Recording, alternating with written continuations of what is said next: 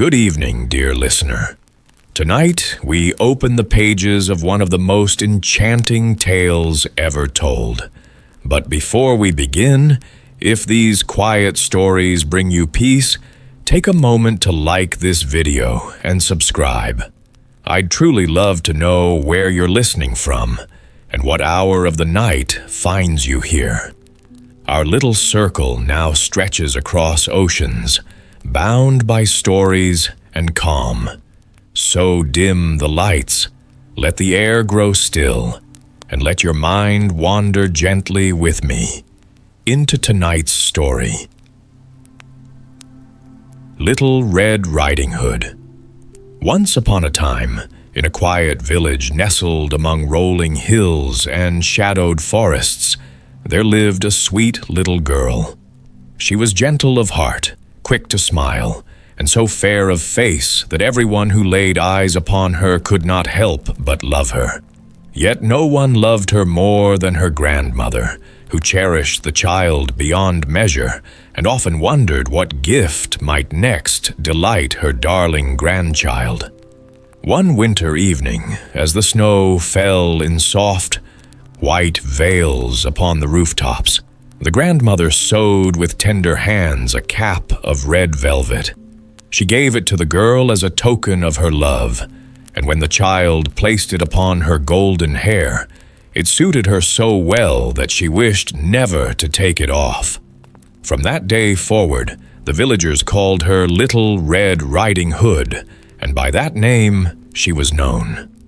Time passed, and one morning her mother called her into the kitchen, where a fresh cake cooled upon the table, and a flask of sweet wine glimmered in the light.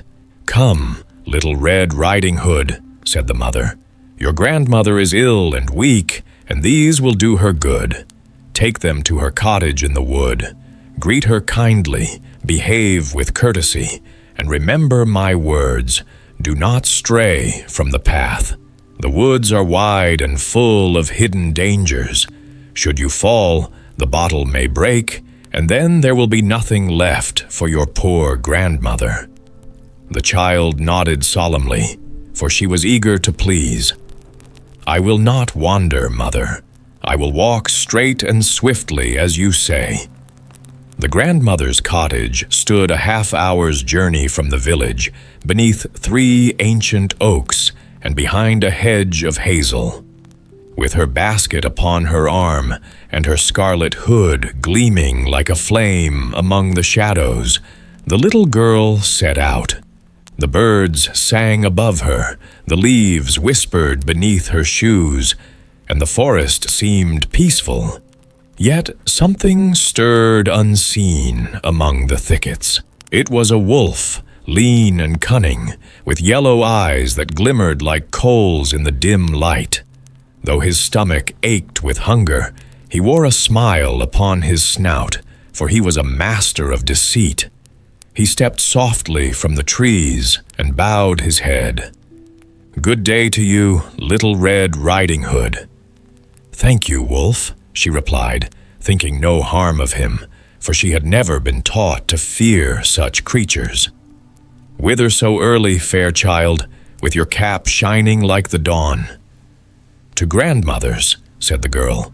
"And what do you carry beneath your apron?" "Cake and wine. My grandmother is ill and weak, and I bring them to strengthen her. We baked only yesterday, and she will be glad." The wolf's eyes gleamed brighter. "And where, dear child, does your grandmother dwell?" "In a cottage beneath the 3 great oaks, a quarter-hour further into the forest, behind the hedge of hazel bushes. Surely you know the place." The wolf thought to himself, "A feast beyond measure. First the old woman, then the tender child. How shall I best seize them both?" Then he spoke in honeyed tones. "See how the sunlight dances upon the moss and how the flowers sparkle like jewels upon the forest floor. Listen to the birds. Do they not sing more sweetly than church bells? Why hurry along the path as if to school? Take a moment, gather blossoms, make a garland for your grandmother. she will smile to see it." The child lifted her eyes, and for the first time she truly saw how lovely the woods were. Shafts of gold streamed through the branches, and flowers of every color beckoned her. "Indeed," she thought, "a bouquet will delight grandmother, and it is yet early. I shall not be late." So she ran from the path, gathering one flower after another. Yet each time she bent to pick one, another, brighter still, seemed to bloom just beyond, and she strayed further and further into the forest's depths. Meanwhile, the wolf wasted no time. He loped swiftly through the undergrowth until he reached the grandmother's house. He knocked upon the door with his paw. "Who is there?"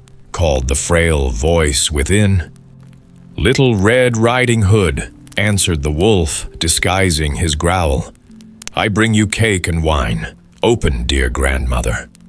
"Press the latch," she called. "I am too weak to rise." The wolf pressed it, and the door swung wide. Without a moment's pause, he sprang upon the bed and devoured the old woman in a single gulp. Then he pulled on her nightclothes, set her cap upon his hairy head, and lay down among the pillows, drawing the curtains close about him. By and by, Little Red Riding Hood returned with her arms full of blossoms. She was surprised to see the door standing open. Inside, the house was strangely still, and a shiver ran down her spine.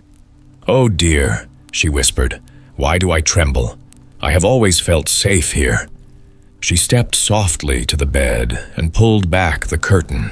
There lay her grandmother, or so it seemed, with the cap pulled low and her face most curious to behold.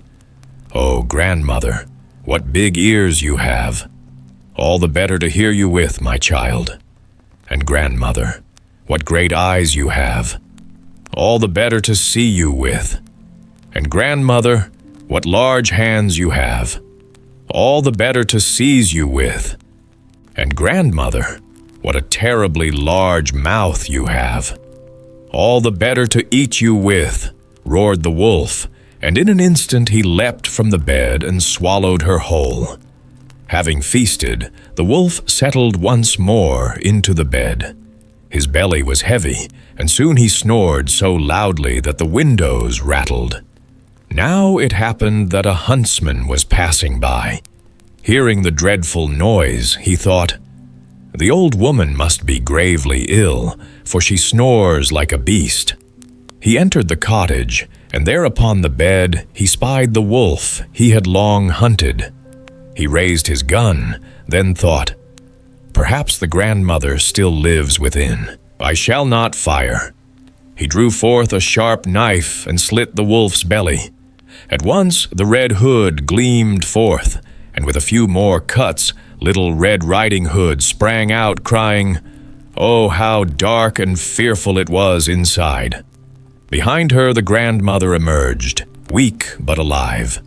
Together they filled the wolf's body with heavy stones. When he awoke and sought to flee, the burden dragged him down, and he fell dead upon the floor. The huntsman took his pelt, the grandmother drank the wine and ate the cake, and Little Red Riding Hood vowed with a solemn heart, "Never again will I stray from the path, nor disobey my mother's words."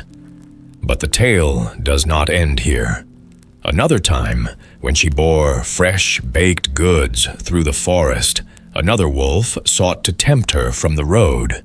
Yet, remembering her lesson, Little Red Riding Hood walked straight on, and when she told her grandmother of the wolf's sly words and wicked stare, they barred the door. The beast circled the cottage, climbed upon the roof, and waited to devour her on her journey home. But the grandmother, wise in years, bade the child fetch water and fill the great stone trough outside. Into it they poured the broth of sausages boiled the day before, and the scent rose rich and savory. The wolf, licking his lips, stretched his neck too far, slipped from the roof, and tumbled headlong into the trough, where he drowned.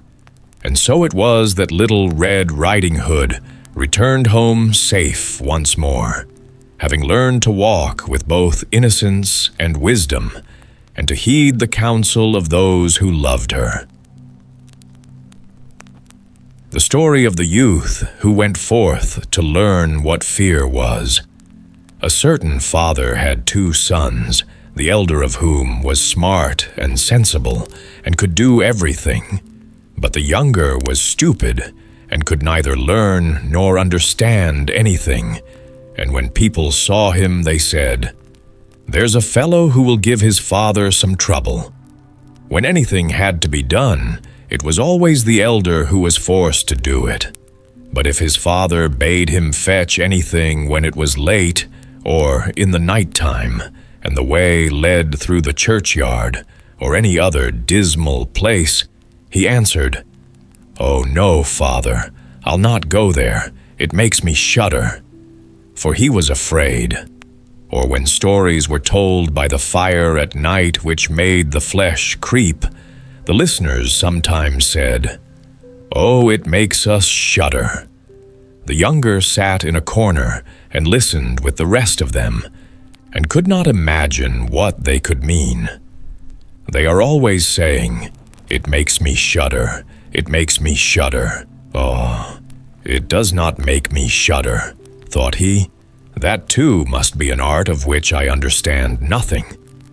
Now it came to pass that his father said to him one day, "Hearken to me, thou fellow in the corner there. Thou art growing tall and strong, and thou too must learn something by which thou canst earn thy living.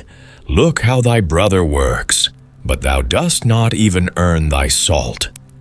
"Well, father," he replied, "I am quite willing to learn something. Indeed, if it could but be managed, I should like to learn how to shudder. I don't understand that at all yet." The elder brother smiled when he heard that, and thought to himself, "Good God, what a blockhead that brother of mine is. He will never be good for anything as long as he lives. He who wants to be a sickle must bend himself betimes." The father sighed and answered him, "Thou shalt soon learn what it is to shudder, but thou wilt not earn thy bread by that." Soon after this, the sexton came to the house on a visit, and the father bewailed his trouble, and told him how his younger son was so backward in every respect that he knew nothing and learnt nothing. "Just think," said he, "when I asked him how he was going to earn his bread, he actually wanted to learn to shudder."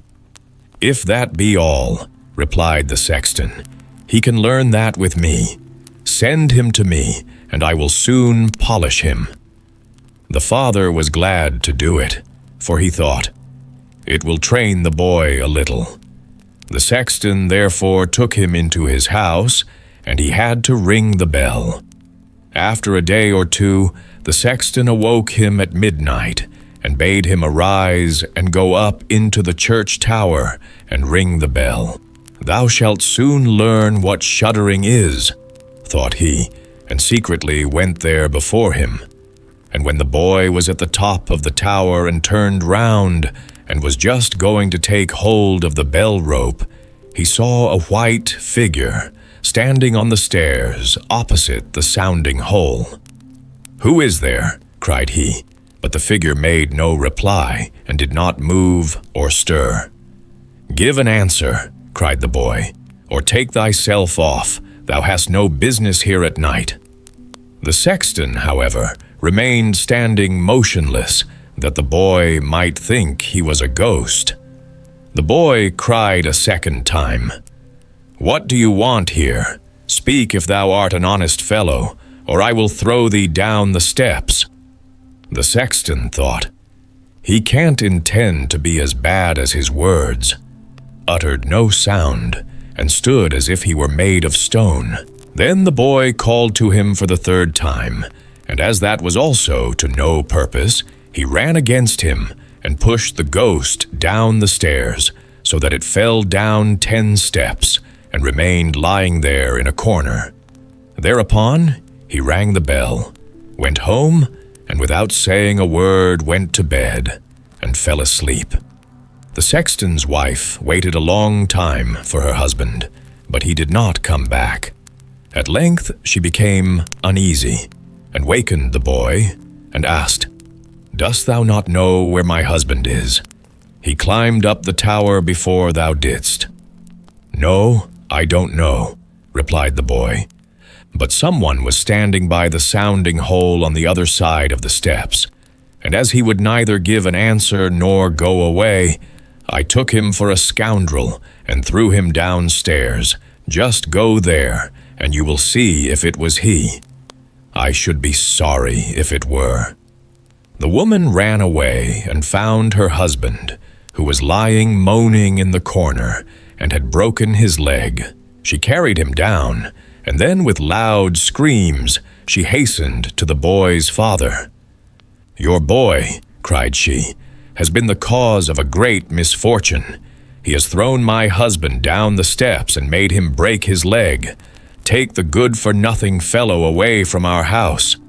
The father was terrified and ran thither and scolded the boy. "What wicked tricks are these?" said he. "The devil must have put this into thy head." "Father," he replied, "do listen to me. I am quite innocent. He was standing there by night like one who is intending to do some evil. I did not know who it was, and I entreated him 3 times either to speak or to go away." "Ah," said the father, "I have nothing but unhappiness with you. Go out of my sight. I will see thee no more." "Yes, father, right willingly.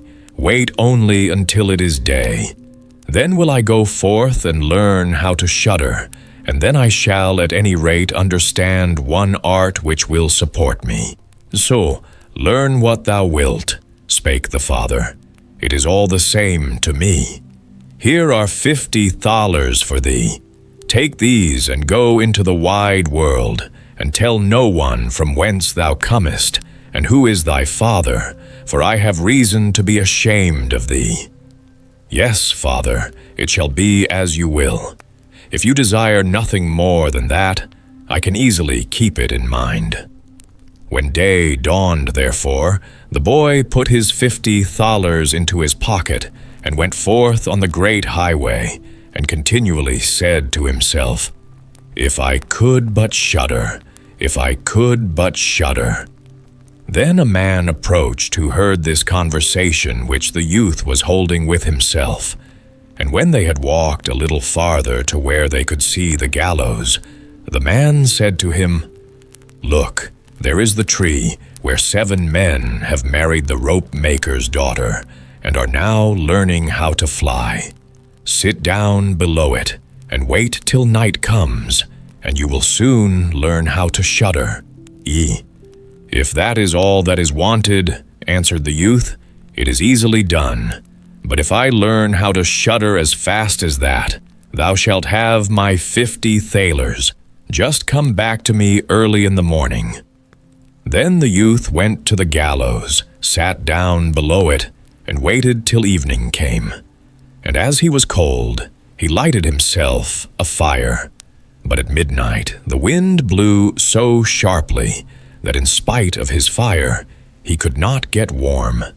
And as the wind knocked the hanged men against each other, and they moved backwards and forwards, he thought to himself, "Thou shiverest below by the fire, but how those up above must freeze and suffer." And as he felt pity for them, he raised the ladder and climbed up, unbound one of them after the other, and brought down all 7.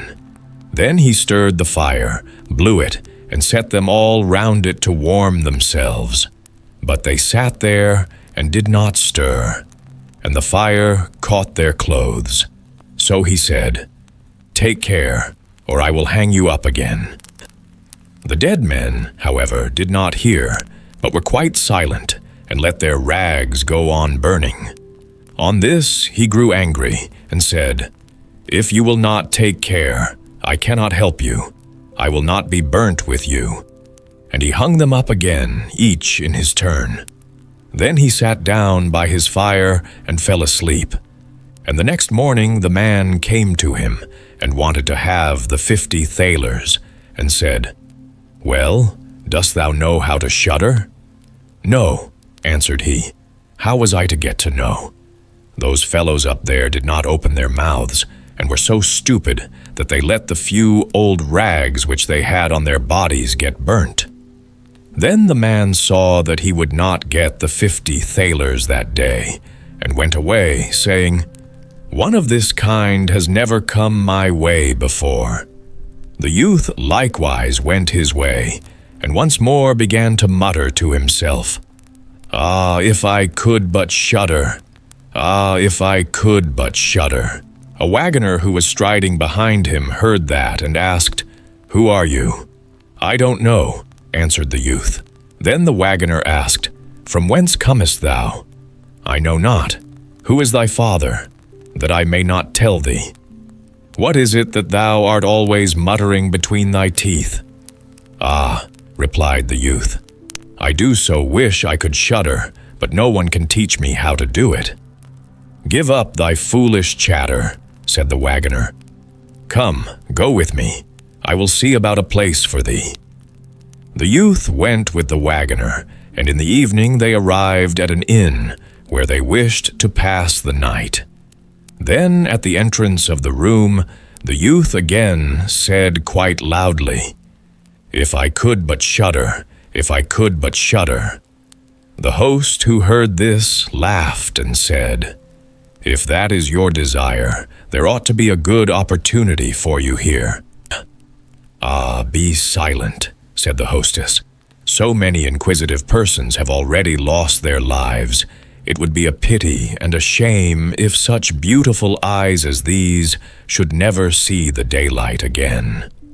But the youth said, "However difficult it may be, I will learn it, and for this purpose, indeed, have I journeyed forth."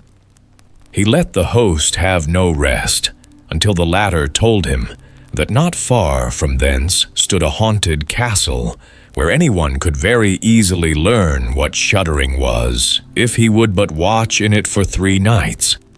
The king had promised that he who would venture should have his daughter to wife, and she was the most beautiful maiden the sun shone on. Great treasures likewise lay in the castle, which were guarded by evil spirits, and these treasures would then be freed, and would make a poor man rich enough. Already many men had gone into the castle, but as yet none had come out again. Then the youth went next morning to the king, and said if he were allowed he would watch 3 nights in the haunted castle. The king looked at him, and as the youth pleased him, he said, "Thou mayest ask for 3 things to take into the castle with thee, but they must be things without life." Then he answered, "Then I ask for a fire, a turning lathe, and a cutting board with the knife." The king had these things carried into the castle for him during the day. When night was drawing near, the youth went up and made himself a bright fire in one of the rooms, placed the cutting board and knife beside it, and seated himself by the turning lathe. "Ah, if I could but shudder," said he, "but I shall not learn it here either." Towards midnight he was about to poke his fire, and as he was blowing it, something cried, suddenly from one corner, "Oh, meow, how cold we are!" "You simpletons," cried he, "what are you crying about? If you are cold, come and take a seat by the fire and warm yourselves." And when he had said that, 2 great black cats came with one tremendous leap and sat down on each side of him and looked savagely at him with their fiery eyes. After a short time, when they had warmed themselves, they said, "Comrade, shall we have a game at cards?" "Why not?" he replied, "but just show me your paws." Then they stretched out their claws. "Oh," said he, "what long nails you have! Wait, I must first cut them for you." Thereupon he seized them by the throats, put them on the cutting board, and screwed their feet fast. "I have looked at your fingers," said he, "and my fancy for card-playing has gone." And he struck them dead and threw them out into the water. But when he had made away with these two, and was about to sit down again by his fire, out from every hole and corner came black cats and black dogs with red-hot chains, and more of them came until he could no longer stir. And they yelled horribly, and got on his fire, pulled it to pieces, and tried to put it out. He watched them for a while, quietly, but at last, when they were going too far, he seized his cutting knife and cried, "Away with ye, vermin!" and began to cut them down. Part of them ran away, the others he killed and threw out into the fish pond. When he came back, he fanned the embers of his fire again and warmed himself. And as he thus sat, his eyes would keep open no longer, and he felt a desire to sleep. Then he looked round and saw a great bed in the corner. "That is the very thing for me," said he, and got into it. When he was just going to shut his eyes, however, the bed began to move of its own accord, and went over the whole of the castle. "That's right," said he, "but go faster." Then the bed rolled on as if 6 horses were harnessed to it, up and down, over thresholds and steps. But suddenly, hop, hop, it turned over upside down and lay on him like a mountain. But he threw quilts and pillows up in the air, got out and said, "Now anyone who likes may drive," and lay down by his fire and slept till it was day. In the morning the king came, and when he saw him lying there on the ground, he thought the evil spirits had killed him, and he was dead. Then said he, "After all, it is a pity. He is a handsome man." The youth heard it, got up, and said, "It has not come to that yet." Then the king was astonished, but very glad, and asked how he had fared. "Very well indeed," answered he. "One night is past, the 2 others will get over likewise."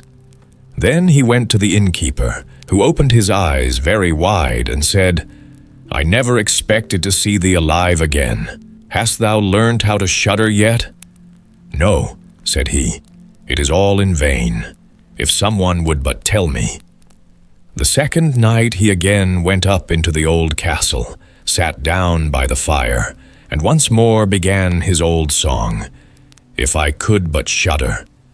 When midnight came, an uproar and noise of tumbling about was heard. At first it was low, but it grew louder and louder.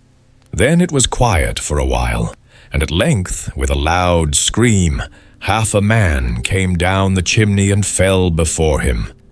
"Hullo," cried he, "another half belongs to this. This is too little." Then the uproar began again. There was a roaring and howling, and the other half fell down likewise. "Wait," said he, "I will just blow up the fire a little for thee." When he had done that and looked round again, the 2 pieces were joined together, and a frightful man was sitting in his place. "That is no part of our bargain," said the youth. "The bench is mine." The man wanted to push him away. The youth, however, would not allow that, but thrust him off with all his strength, and seated himself again in his own place. Then still more men fell down, one after the other. They brought 9 dead men's legs and 2 skulls, and set them up and played at 9 pins with them.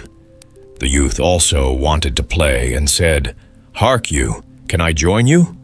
"Yes, if thou hast any money." "Money enough," replied he, "but your balls are not quite round." Then he took the skulls and put them in the lathe, and turned them till they were round. "There now, they will roll better," said he. "Hurrah! Now it goes merrily. He played with them and lost some of his money, but when it struck 12, everything vanished from his sight. He lay down and quietly fell asleep. Next morning the king came to inquire after him.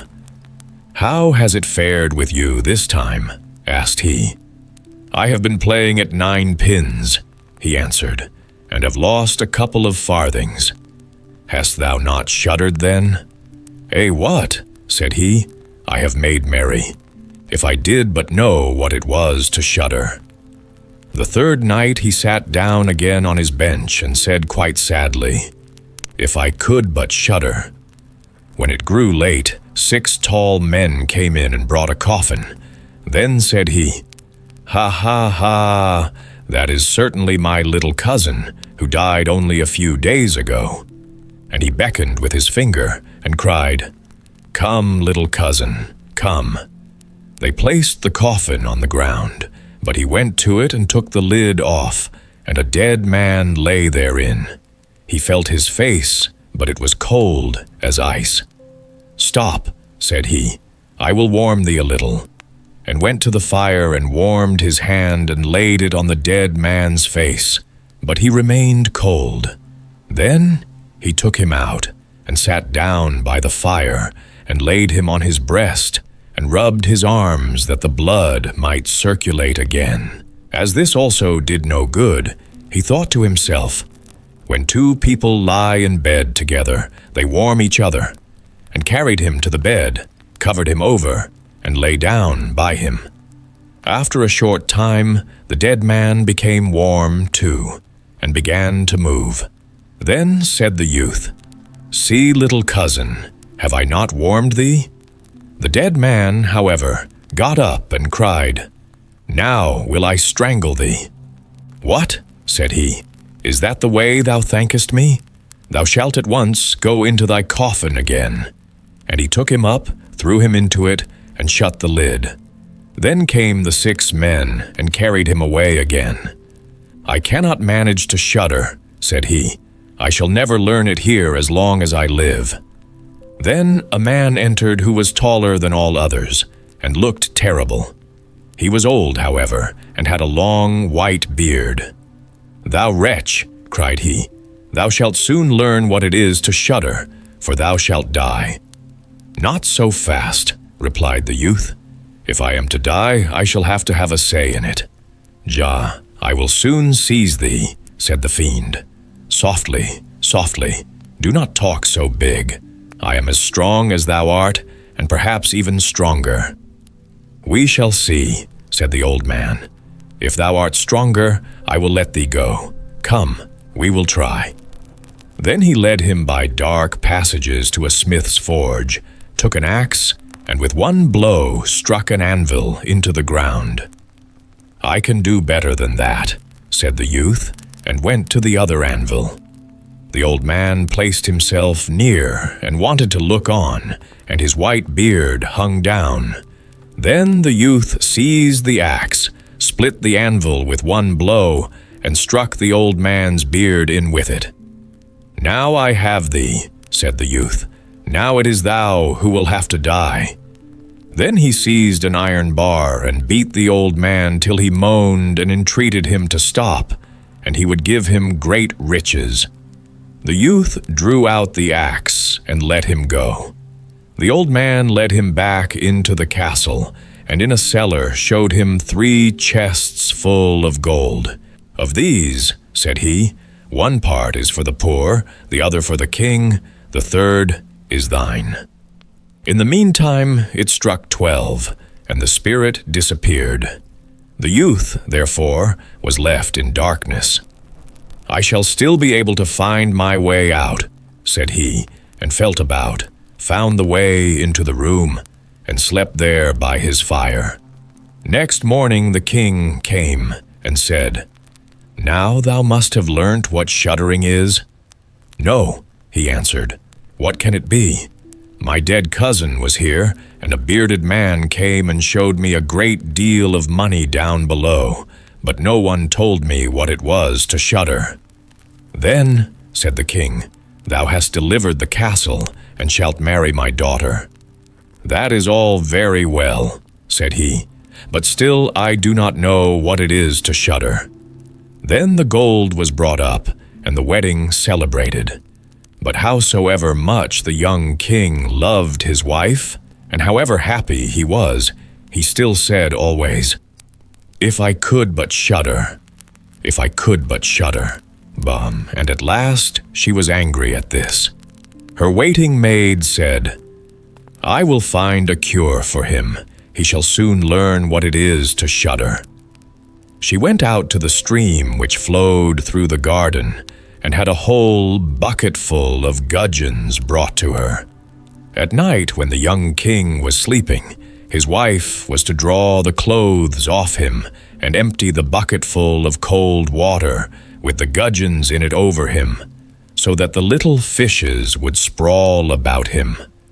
When this was done, he woke up and cried, "Oh, what makes me shudder so?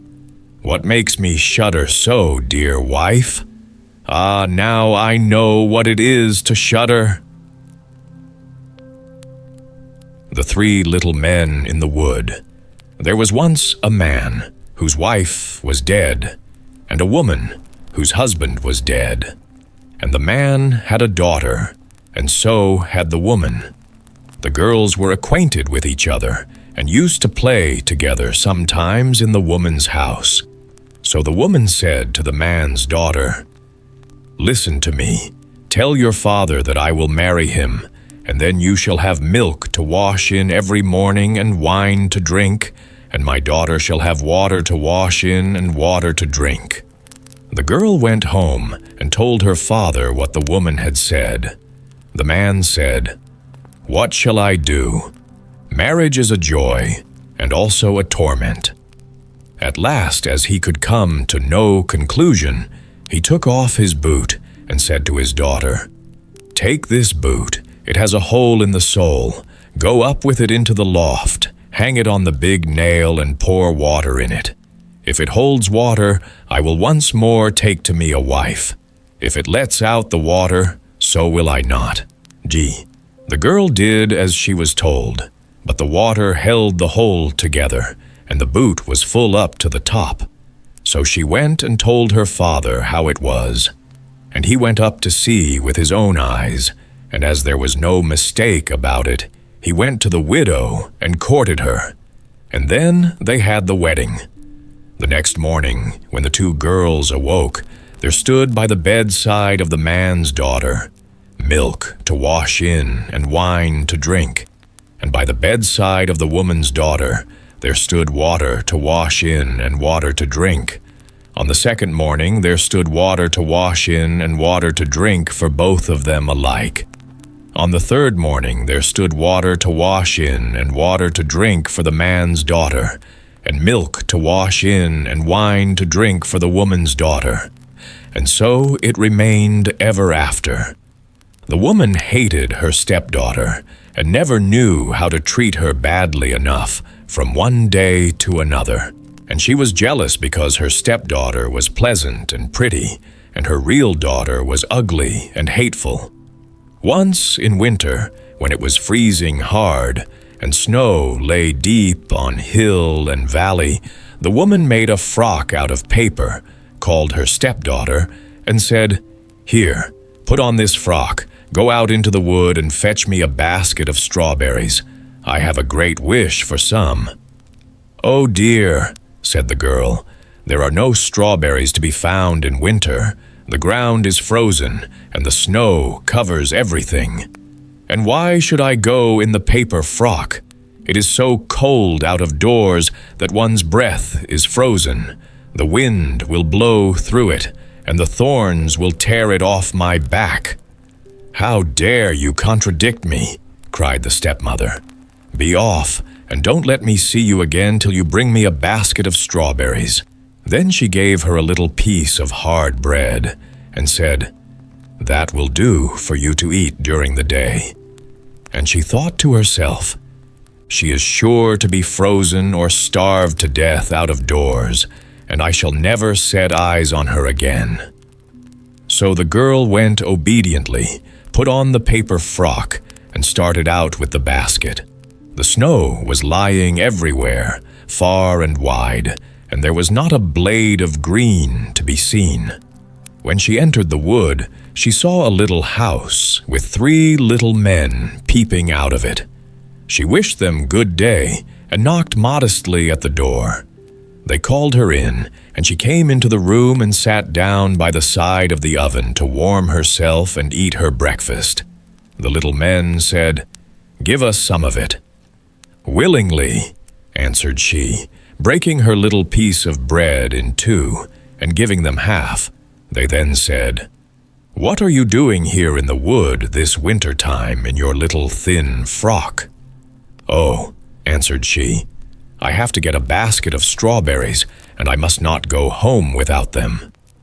When she had eaten her bread, they gave her a broom and told her to go and sweep the snow away from the back door. When she had gone outside to do it, the little men talked among themselves about what they should do for her, as she was so good and pretty, and had shared her bread with them. Then the first one said, "She shall grow prettier every day." The second said, "Each time she speaks a piece of gold shall fall from her mouth." The third said, "A king shall come and take her for his wife." In the meanwhile, the girl was doing as the little men had told her, and had cleared the snow from the back of the little house. And what do you suppose she found? Fine, ripe strawberries, showing dark red against the snow.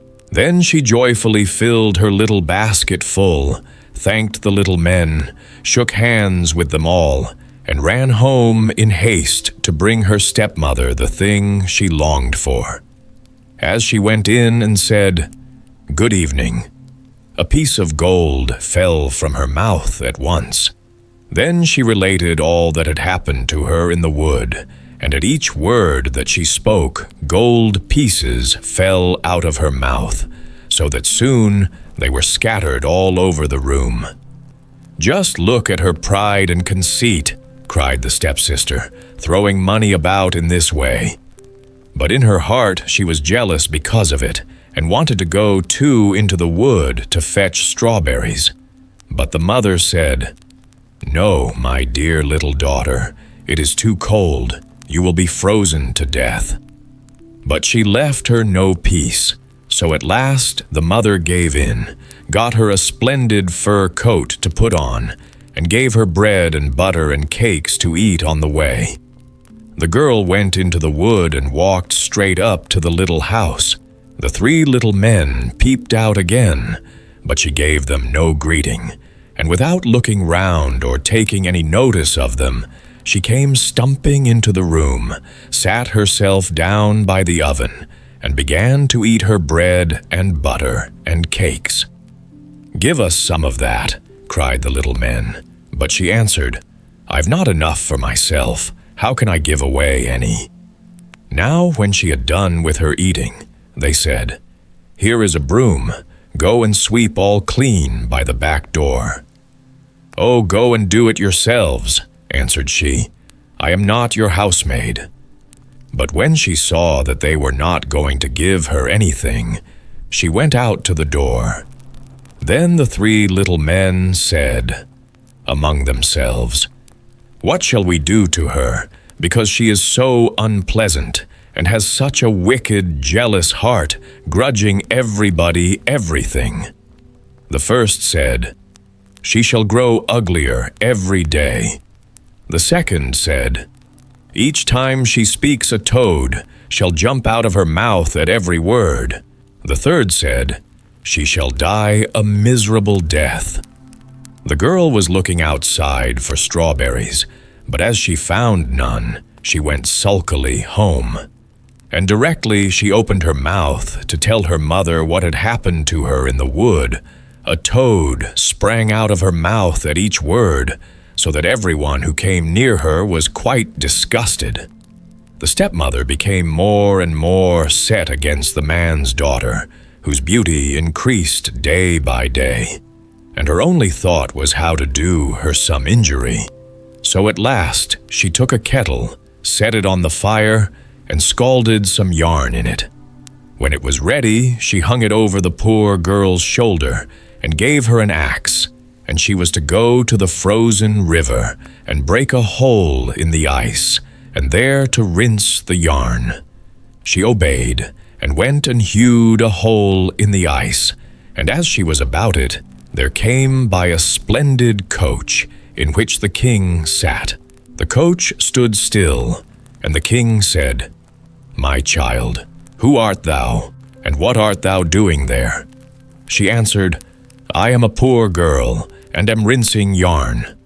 Then the king felt pity for her, and as he saw that she was very beautiful, he said, "Will you go with me?"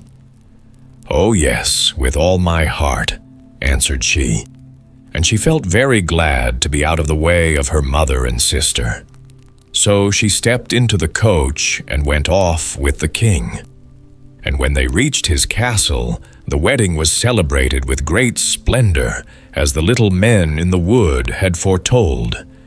At the end of a year, the young queen had a son, and as the stepmother had heard of her great good fortune, she came with her daughter to the castle, as if merely to pay the king and queen a visit. One day, when the king had gone out, and when nobody was about, the bad woman took the queen by the head, and her daughter took her by the heels, and dragged her out of bed, and threw her out of the window into a stream that flowed beneath it.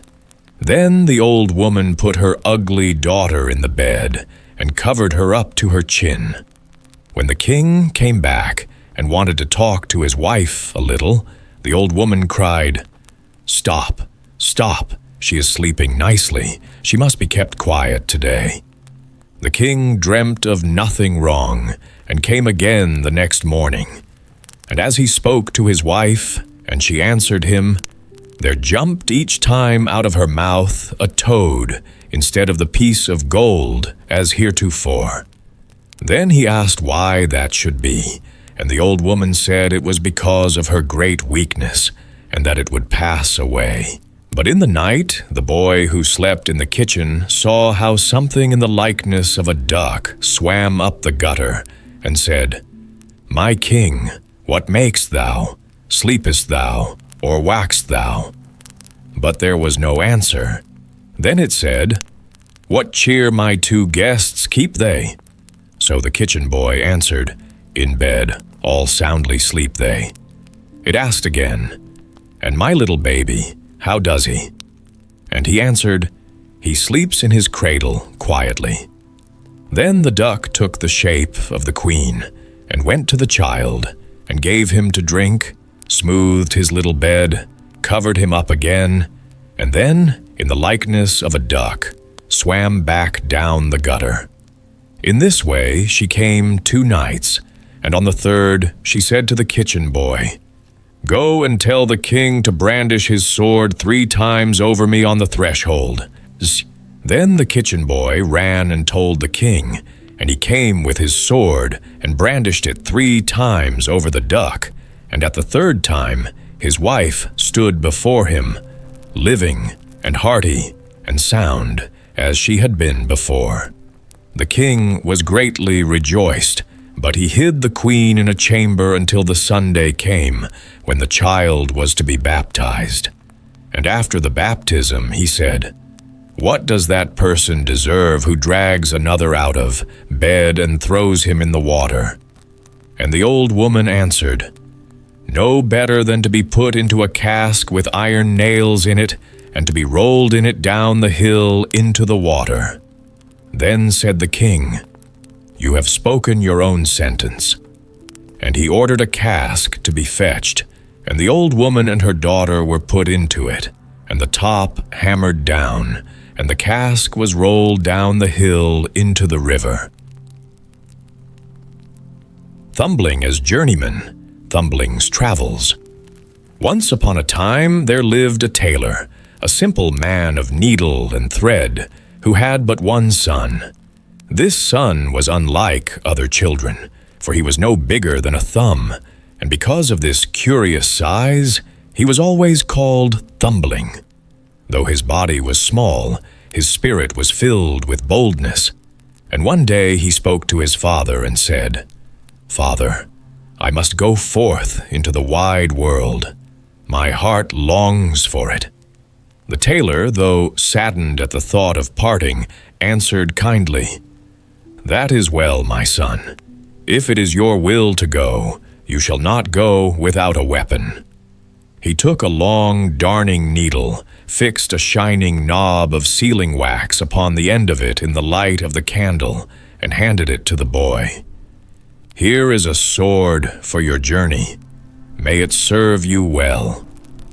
Before setting out, Thumbling wished for one last meal with his parents.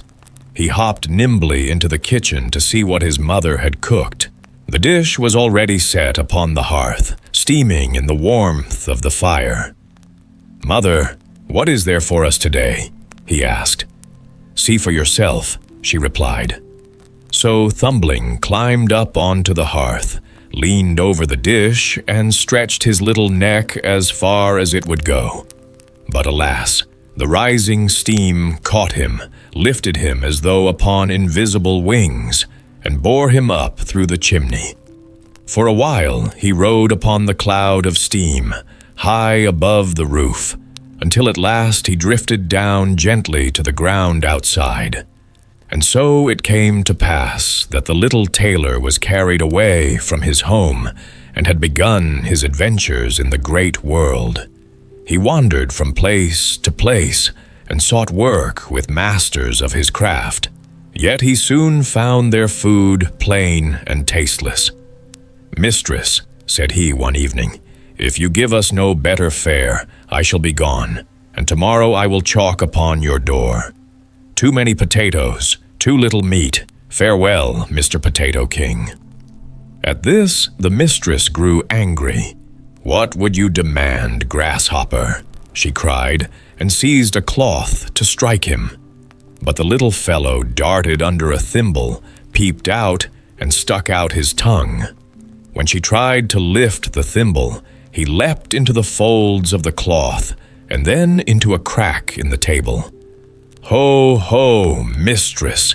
he laughed, and poked out his head. She struck at him again, but he slipped into a drawer. At last she caught him, and in her fury drove him out of the house. So Thumbling traveled on until he came to a great dark forest. There he fell in with a band of robbers plotting to steal the king's treasure. When they saw him, they whispered, "This little fellow can creep through a keyhole for us. He shall be our thief." One cried out mockingly, "Hullo, thou giant Goliath, will you help us into the treasure chamber? You can slip through and cast the money out." Thumbling thought for a while, then said, "Yes, I will go with you." He examined the doors of the chamber above and below until he found a crack wide enough to admit his tiny body. The sentries outside spied him. One said, "See that ugly spider creeping there? I shall crush it." "Let the poor thing be," said the other. "It does no harm." And so Thumbling crept safely inside, opened the window, and began to throw down one silver thaler after another. But suddenly the king himself came to inspect his treasure. Thumbling slipped into hiding. The king saw that coins were missing, yet the locks and bolts were untouched, and he went away troubled, warning the guards to keep close watch. When Thumbling resumed his work, the clinking of coins betrayed him. The guards rushed in, but Thumbling was swifter. He covered himself with a thaler and cried, "Here am I." When they ran to that corner, he had hopped to another, again calling out, "Ho, ho, ho, here am I." Thus he fooled them again and again, until they were weary and left the chamber. Then he cast down the last coin, leapt upon it, and slid through the window to the robbers. "Thou art a brave hero," they said. "Wilt thou be our captain?"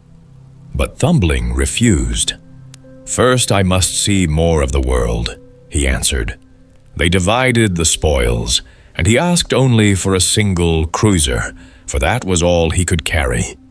He buckled on his needle sword once more, bade farewell, and continued on his way. He worked for various masters, but his heart was never content. At last he took service in an inn. There the maids disliked him, for he spied on their secret misdeeds, what they stole from the plates and carried from the cellar, and told it all to the master. The maids conspired against him. One day, while mowing in the garden, a maid spied him leaping among the stalks. Swiftly she swept him up with the grass, tied him in a cloth, and tossed him secretly to the cows. A great black cow swallowed him down. Inside it was dark and close, and Thumbling fared ill. When the cow was milked, he cried out, "Strip, strap, strull, will the pail soon be full?" But none heard him for the clatter of the milk. Soon the master came into the byre and said, "This cow shall be killed tomorrow." Thumbling was sore afraid. He cried out, "Let me out first, for I am shut up inside her." The master heard a voice, but could not tell whence it came. Next morning the cow was slaughtered. Happily, Thumbling escaped the knife and fell among the sausage meat. When the butcher began to chop, he cried with all his might, "Chop not too deep, for I am among it." But the chopping was loud, and none understood. Quick-witted, he slipped nimbly between the blows, and was not harmed. Still, he was pressed into the black pudding, hung in the chimney to smoke, and there time weighed heavy on him. At last, in the winter, the pudding was brought forth for a guest. As the hostess cut it into slices, Thumbling waited until the moment was right, then sprang out and escaped. He journeyed on once more. Yet his freedom did not last. In the fields he was snapped up by a fox. "Hullo, Mr. Fox," cried Thumbling. "It is I who stick in your throat. Let me go free." "True," said the fox. "You are too small to fill my belly. Promise me the fowls in your father's yard, and I will release you." "With all my heart," replied Thumbling. "You shall have them." So the fox set him down, and even carried him home. When the father beheld his dear son again, he gladly gave the fox all the hens and cocks. Thumbling, however, placed in his father's hand the single cruiser he had earned on his travels, saying, "Here is also a piece of money I have brought for you." And though the hens were lost, the father held his son close, thinking no treasure greater than having Thumbling safe at home once more. The Almond Tree. Long time ago, perhaps as much as 2,000 years, there was a rich man, and he had a beautiful and pious wife, and they loved each other very much, and they had no children, though they wished greatly for some, and the wife prayed for one day and night. Now, in the courtyard in front of their house stood an almond tree, and one day in winter the wife was standing beneath it and paring an apple, and as she pared it, she cut her finger, and the blood fell upon the snow. "Ah," said the woman, sighing deeply and looking down at the blood, "if only I could have a child as red as blood and as white as snow." And as she said these words, her heart suddenly grew light, and she felt sure she should have her wish. So she went back to the house, and when a month had passed, the snow was gone. In 2 months, everything was green. In 3 months, the flowers sprang out of the earth. In 4 months, the trees were in full leaf, and the branches were thickly entwined. The little birds began to sing, so that the woods echoed, and the blossoms fell from the trees. When the 5th month had passed, The wife stood under the almond tree, and it smelt so sweet that her heart leaped within her, and she fell on her knees for joy. And when the 6th month had gone, the fruit was thick and fine, and she remained still. And the 7th month she gathered the almonds, and ate them eagerly, and was sick and sorrowful.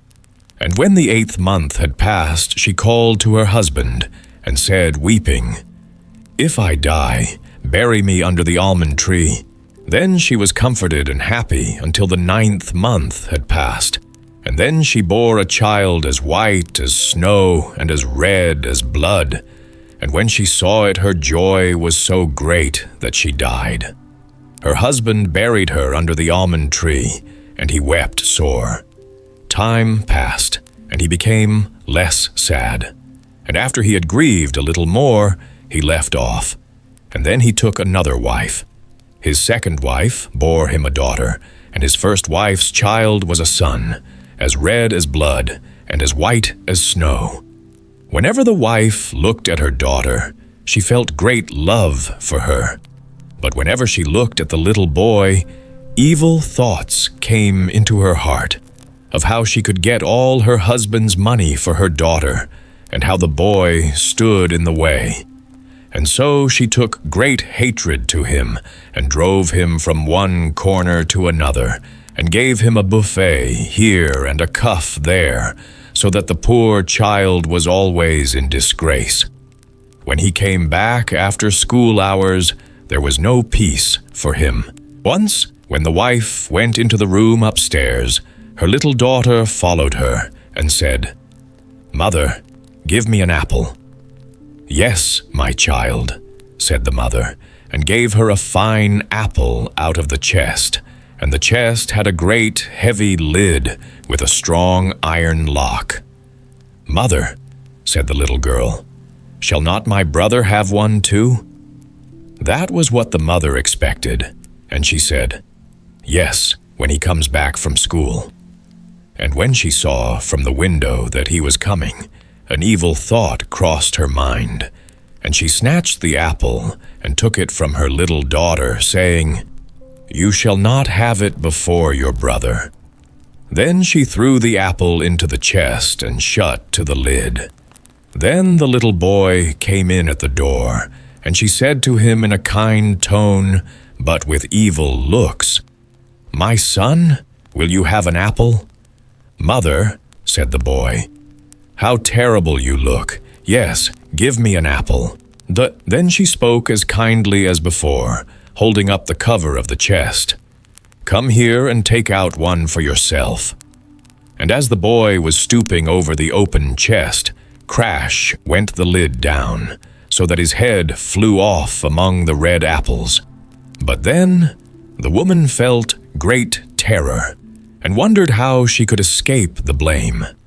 And she went to the chest of drawers in her bedroom and took a white handkerchief out of the nearest drawer, and fitting the head to the neck, she bound them with the handkerchief so that nothing should be seen, and set him on a chair before the door with the apple in his hand.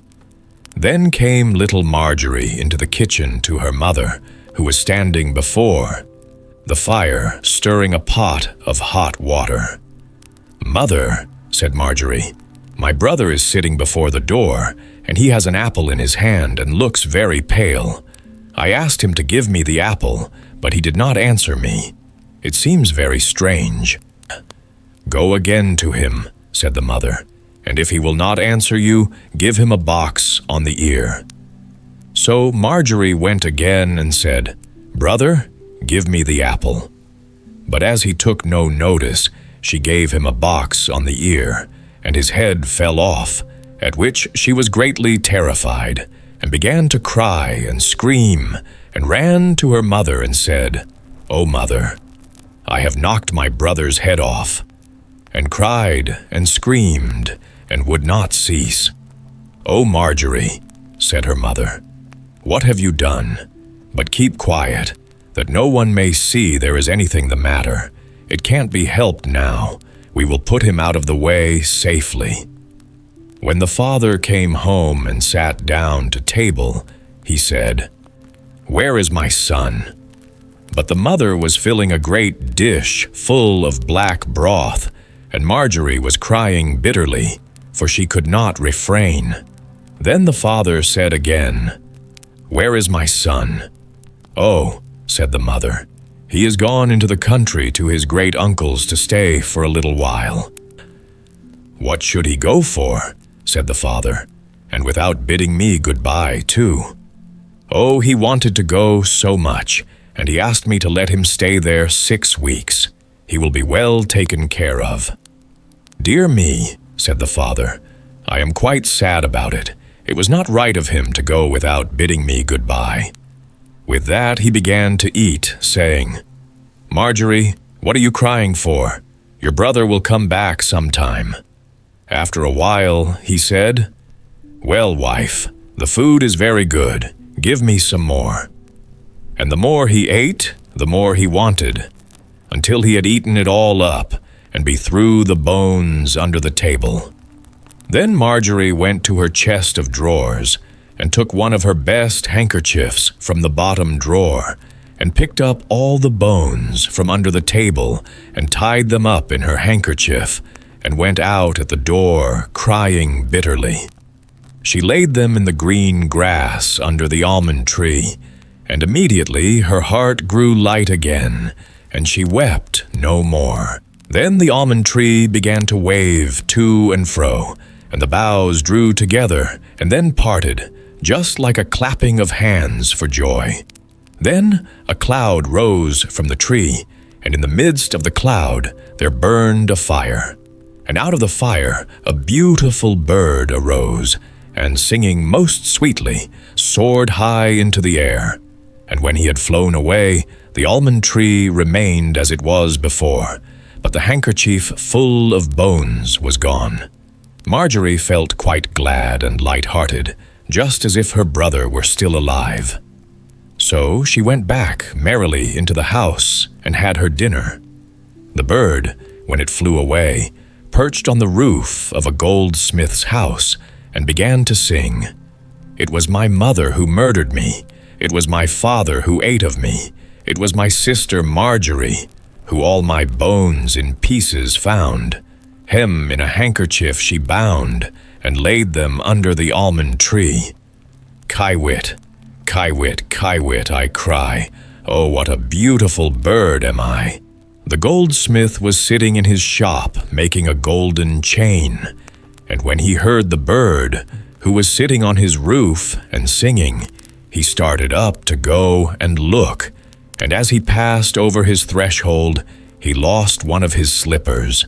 And he went into the middle of the street with a slipper on one foot and only a sock on the other, with his apron on and the gold chain in one hand and the pincers in the other. And so he stood in the sunshine looking up at the bird. "Bird," said he, "how beautifully you sing. Do sing that piece over again." "No," said the bird, "I do not sing for nothing twice.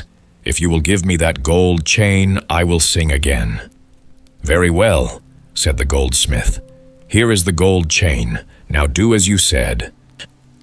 Down came the bird and took the gold chain in his right claw, perched in front of the goldsmith, and sang, "It was my mother who murdered me. It was my father who ate of me.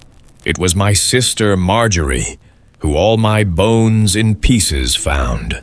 Them in a handkerchief she bound, and laid them under the almond tree.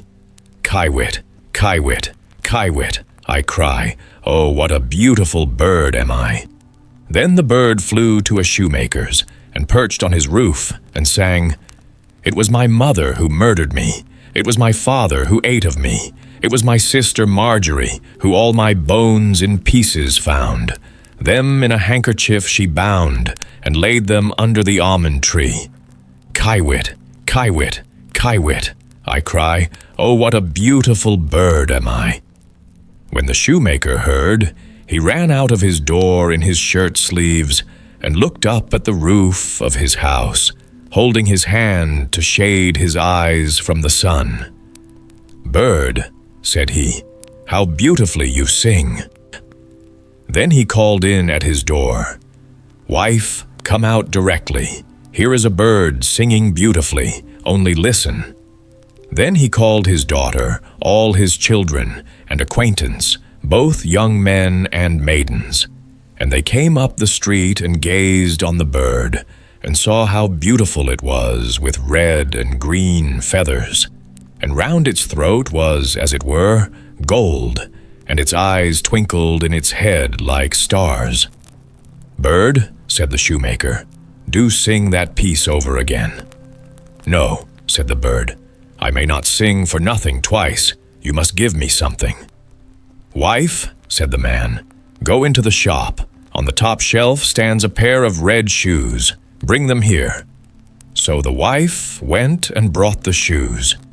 "Now, bird," said the man, "sing us that piece again." Wolke and the bird came down and took the shoes in his left claw and flew up again to the roof and sang, "It was my mother who murdered me. It was my father who ate of me. It was my sister Marjorie, who all my bones in pieces found. Hem in a handkerchief she bound, and laid them under the almond tree. Kiewit, kiewit, kiewit, I chai, oh, what a beautiful bird am I." And when he had finished, he flew away, with the chain in his right claw, and the shoes in his left claw. And he flew till he reached a mill, and the mill went clip-clap, clip-clap, clip-clap. And in the mill sat 20 miller's men, hewing a millstone.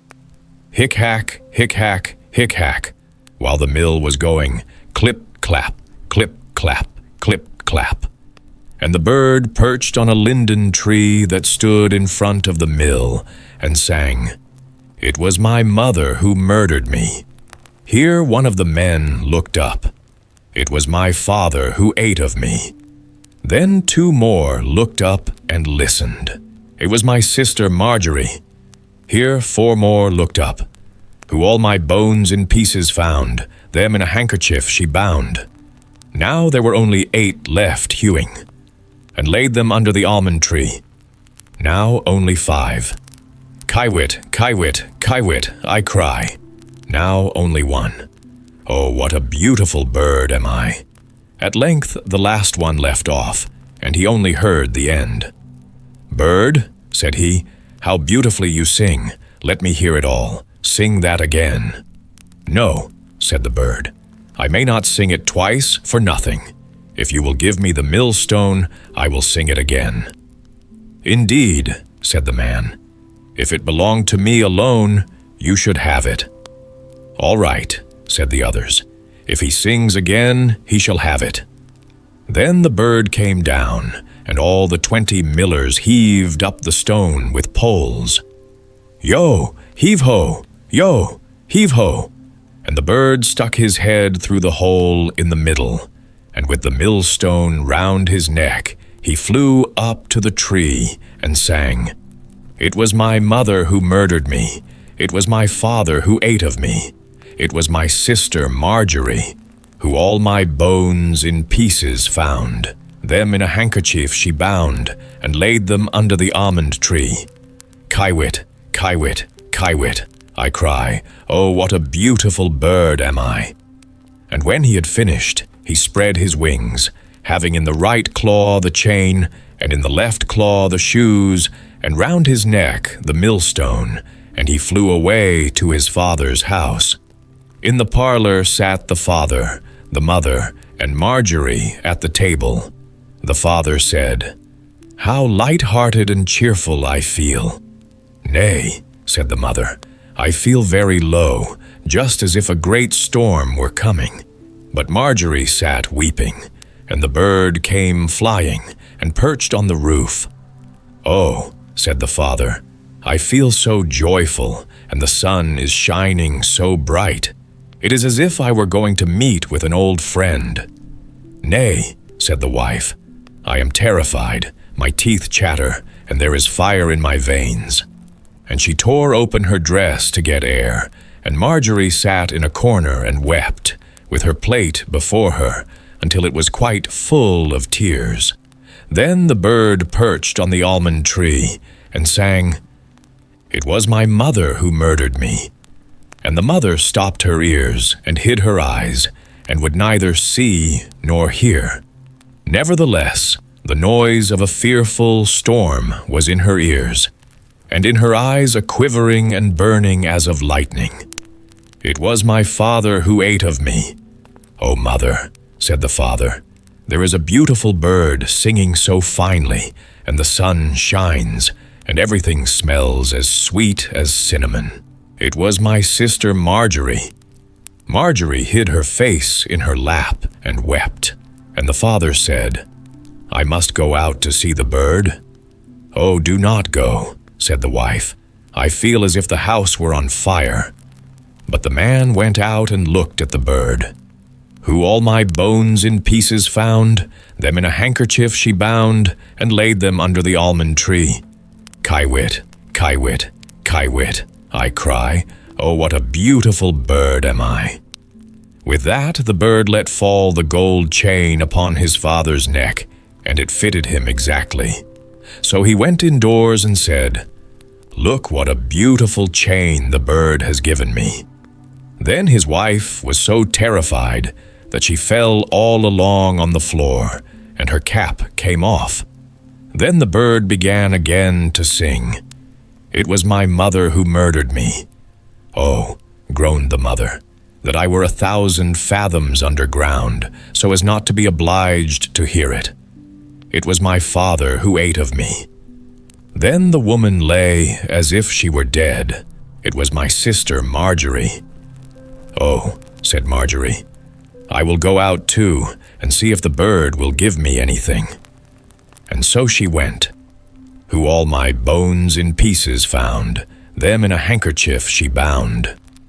Then he threw the shoes down to her, and laid them under the almond tree. "Kiewit, kiewit, kiewit, I cry, oh, what a beautiful bird am I."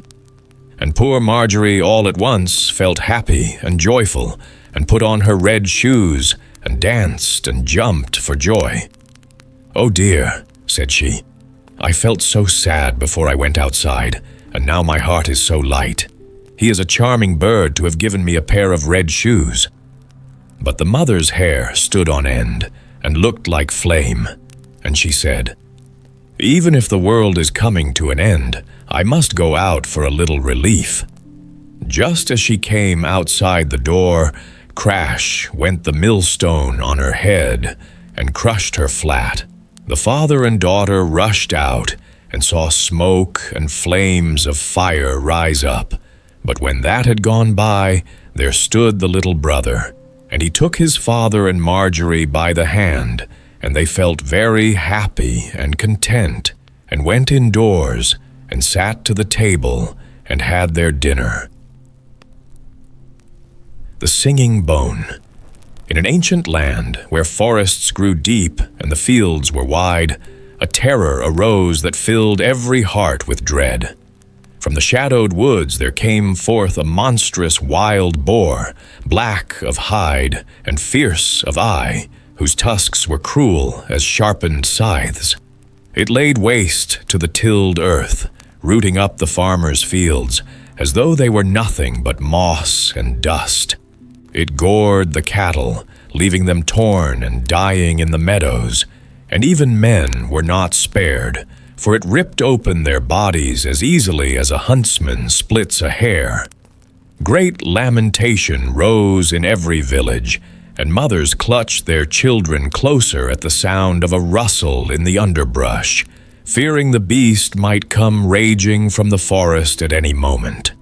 The king of that land, heavy with sorrow for his people, proclaimed a reward such as none had ever heard before.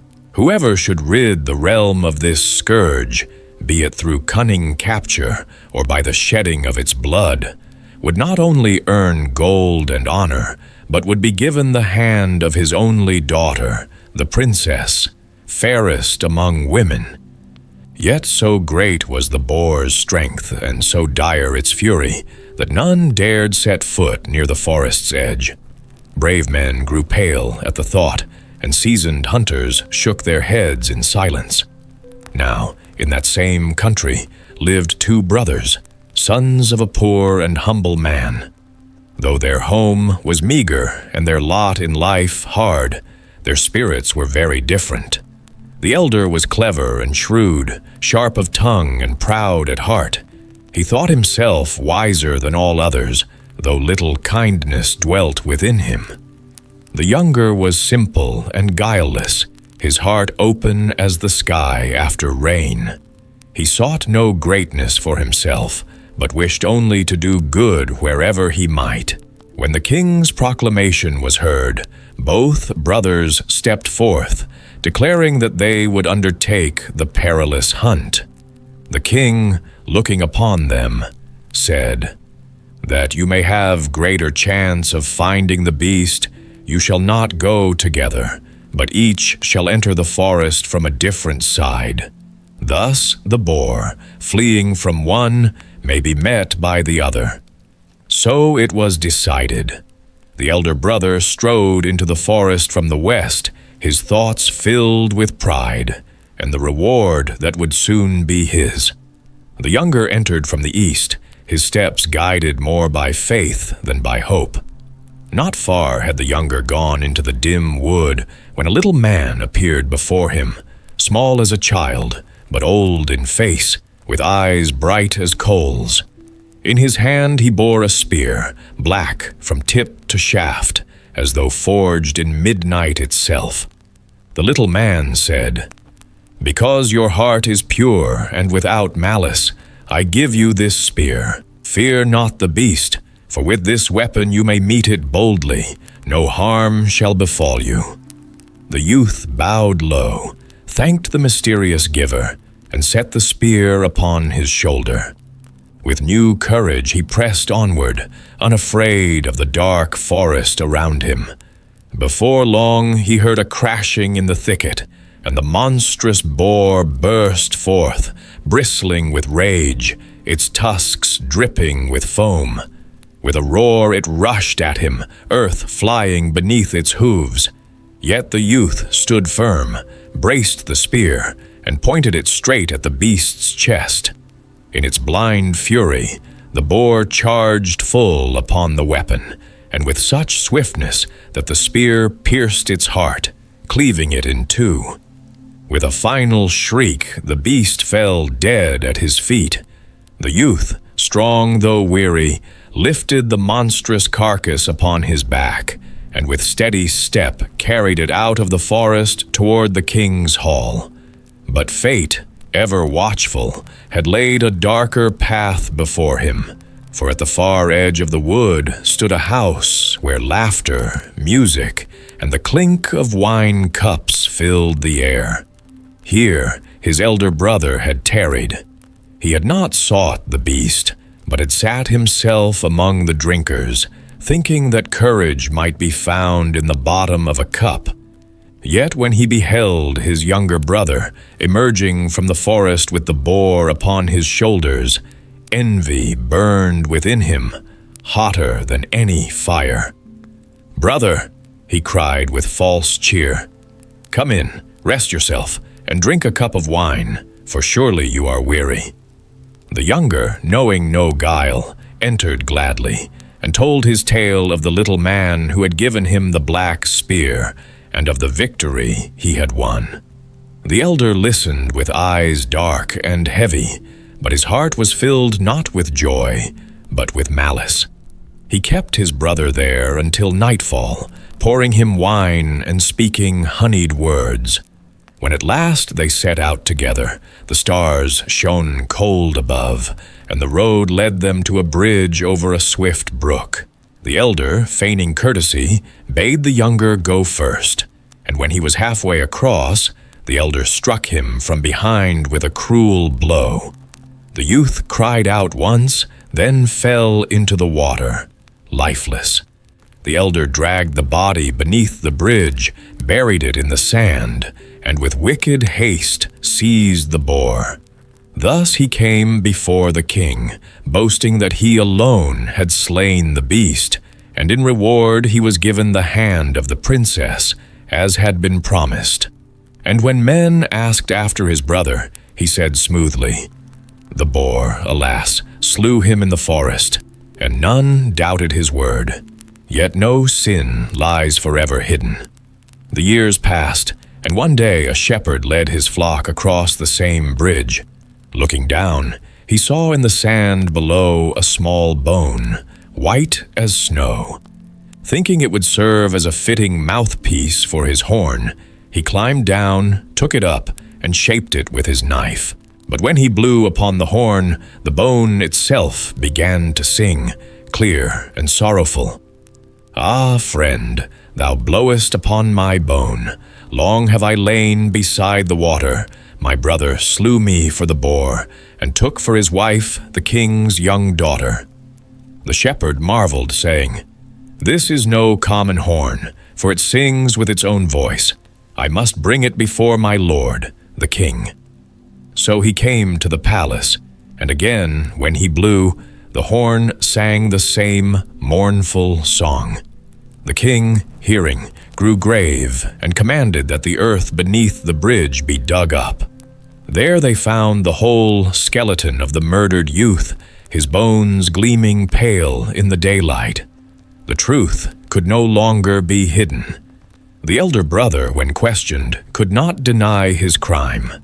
Judgment was swift and harsh. He was sewn into a sack and cast into the river, where he was drowned as he had drowned his brother. But the bones of the younger were gathered with reverence and laid in a fair tomb within the churchyard, where bells tolled in mourning. And though his life was cruelly cut short, men remembered him as the true hero who had slain the boar, and whose pure heart had won a gift from the hand of fate itself. The Queen Bee. Once upon a time, there were 3 sons of a mighty king. The 2 eldest, filled with restless pride and a thirst for adventure, wandered far from their father's halls. But they soon strayed into folly, for they took to wild living, wasting their days in idleness, their nights in reckless company, and they gave up all thought of ever returning home. The youngest son, however, was of another sort. He was small of stature, plain of face, and slow of speech. Because of this, he was called by all Whitling, as though he were the simpleton of the family. Yet his heart was kind, and his spirit steadfast. When he saw that his brothers did not return, he resolved to set out and find them, though none expected him to succeed. After long wandering, Whitling came at last upon his brothers. They mocked him at once, laughing at his simplicity. "Why, foolish boy," they jeered, "did you think you could make your way in the world when we, who are cleverer and stronger, have failed?" But Whitling only smiled and said little, and so the 3 went on together. Not long had they traveled when they came upon an ant-hill. The 2 elder brothers, mischievous and cruel at heart, wished to scatter it with their sticks, so that they might watch the little ants run hither and thither in terror, carrying away their white eggs. But Whitling stepped before them and cried, "Let the little creatures be. They do you no harm. I will not suffer them to be disturbed." And so the ants were spared. Farther along they reached a broad, still lake, its surface glittering with sunlight, upon which swam many ducks. The elder brothers licked their lips and said, "We will catch 2 of them, roast them over the fire, and eat our fill." But Whitling forbade it. "Leave the poor creatures in peace," said he. "I will not suffer them to be killed." And so the ducks continued to glide unharmed across the water. At length they came into a wood, and there in the hollow of a tree was a great bee's nest, heavy with honey, that overflowed and ran down the bark in golden rivulets. The elder brothers wished to build a fire at the foot of the tree, that the smoke might stifle the bees, and then they could feast on the honey. But again, Whitling stayed their hands. "Do not destroy them," he said firmly. "I will not suffer them to be smothered." So the bees hummed safely in their hive.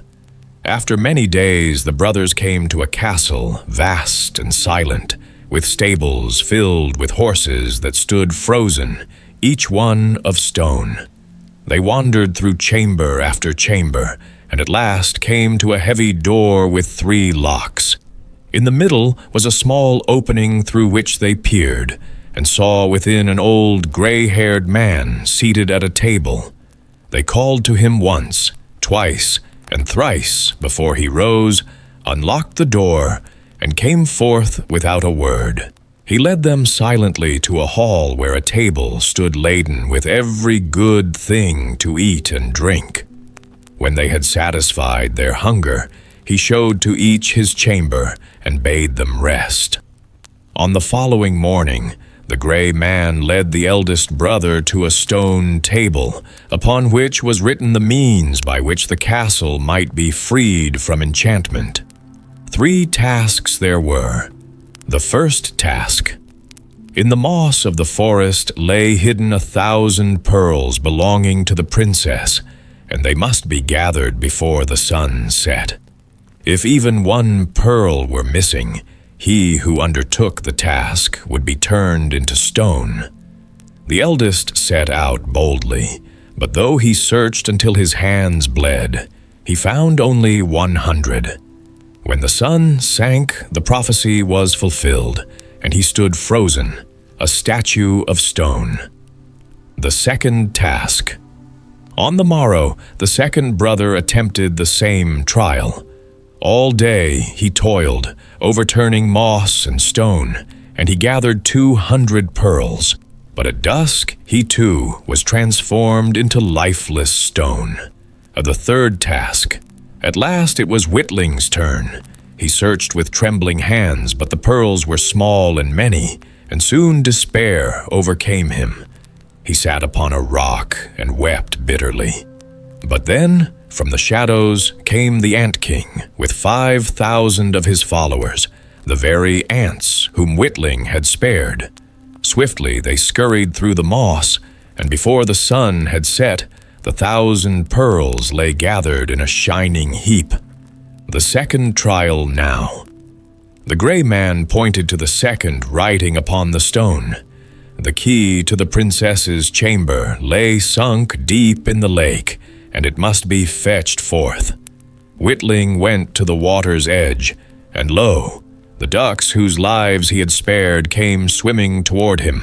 They dipped and dived, and soon brought up the key, gleaming from the depths. The final trial. The last and most perilous test was set before him. He must choose from among 3 sleeping maidens, the youngest and loveliest princess. Yet they were alike as 3 drops of water, each the mirror of the others, and none could tell them apart. Only this was known. Before slumber, each had eaten a different sweet, sugar, syrup, or honey. Whitling's heart quailed, for to choose wrongly was to fail. But then the air hummed, and the queen of the bees, whom Whitling had saved from the fire, flew down. She alighted upon the lips of the maiden who had tasted honey, and there she remained. Thus Whitling knew his choice. In that instant, the enchantment was broken. The stone figures stirred and breathed, the horses stamped their hooves, and the princesses awoke. Joy rang through the halls. The youngest princess, fairest of all, became Whitling's bride, and when her father the king passed away, Whitling wore the crown. As for the elder brothers, they were not left empty-handed.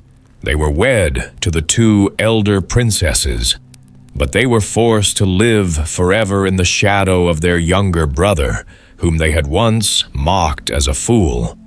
And so it was that kindness, not cunning, won the kingdom. All kinds of fur, allerlei raw. There was once on a time a king who had a wife with golden hair, and she was so beautiful that her equal was not to be found on earth. It came to pass that she lay ill, and as she felt that she must soon die, she called the king and said, "If thou wishest to marry again after my death, take no one who is not quite as beautiful as I am, and who has not just such golden hair as I have. This thou must promise me." And after the king had promised her this, she closed her eyes and died. For a long time, the king could not be comforted and had no thought of taking another wife. At length, his counselors said, "There is no help for it. The king must marry again, that we may have a queen." And now messengers were sent about far and wide to seek a bride who equaled the late queen in beauty. In the whole world, however, none was to be found, and even if one had been found, still there would have been no one who had such golden hair. So the messengers came home as they went. Now the king had a daughter who was just as beautiful as her dead mother, and had the same golden hair. When she was grown up, the king looked at her one day and saw that in every respect she was like his late wife, and suddenly felt a violent love for her. Then he spake to his counselors, "I will marry my daughter, for she is the counterpart of my late wife. Otherwise I can find no bride who resembles her." When the counselors heard that, they were shocked and said, "God has forbidden a father to marry his daughter. No good can come from such a crime, and the kingdom will be involved in the ruin." The daughter was still more shocked when she became aware of her father's resolution, but hoped to turn him from his design. Then she said to him, "Before I fulfill your wish, I must have 3 dresses, one as golden as the sun, one as silvery as the moon, and one as bright as the stars. Besides this, I wish for a mantle of 1,000 different kinds of fur and hair joined together, and one of every kind of animal in your kingdom must give a piece of his skin for it." But she thought, "To get that will be quite impossible, and thus I shall divert my father from his wicked intentions." The king, however, did not give it up, and the cleverest maidens in his kingdom had to weave the 3 dresses, one as golden as the sun, one as silvery as the moon, and one as bright as the stars, and his huntsmen had to catch one of every kind of animal in the whole of his kingdom, and take from it a piece of its skin. And out of these was made a mantle of 1,000 different kinds of fur. At length, when all was ready, the king caused the mantle to be brought, spread it out before her, and said, "The wedding shall be tomorrow." When, therefore, the king's daughter saw that there was no longer any hope of turning her father's heart, she resolved to run away from him. In the night, whilst everyone was asleep, she got up and took 3 different things from her treasures: a golden ring, a golden spinning wheel, and a golden reel. The 3 dresses of the sun, moon, and stars she put into a nutshell, put on her mantle of all kinds of fur, and blackened her face and hands with soot. Then she commended herself to God, and went away, and walked the whole night until she reached a great forest. And as she was tired, she got into a hollow tree and fell asleep. The sun rose, and she slept on, and she was still sleeping when it was full day. Then it so happened that the king, to whom this forest belonged, was hunting in it. When his dogs came to the tree, they sniffed and ran barking round about it. The king said to the huntsman, "Just see what kind of wild beast has hidden itself in there." The huntsman obeyed his order, and when they came back, they said, "A wondrous beast is lying in the hollow tree. We have never before seen one like it. Its skin is fur of 1,000 different kinds, but it is lying asleep." Said the king, "See if you can catch it alive, and then fasten it to the carriage, and we will take it with us." When the huntsman laid hold of the maiden, she awoke full of terror, and cried to them, "I am a poor child, deserted by father and mother. Have pity on me, and take me with you." Then said they, "Allerlei Rao, thou wilt be useful in the kitchen. Come with us, and thou canst sweep up the ashes." So they put her in the carriage, and took her home to the royal palace.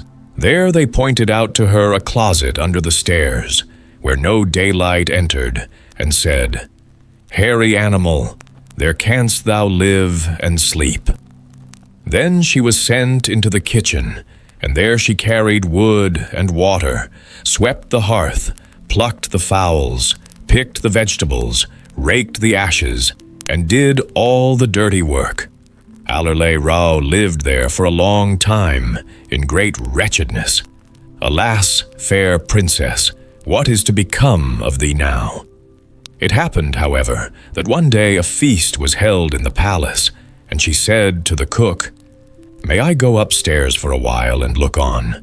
I will place myself outside the door." The cook answered, "Yes, go, but you must be back here in half an hour to sweep the hearth."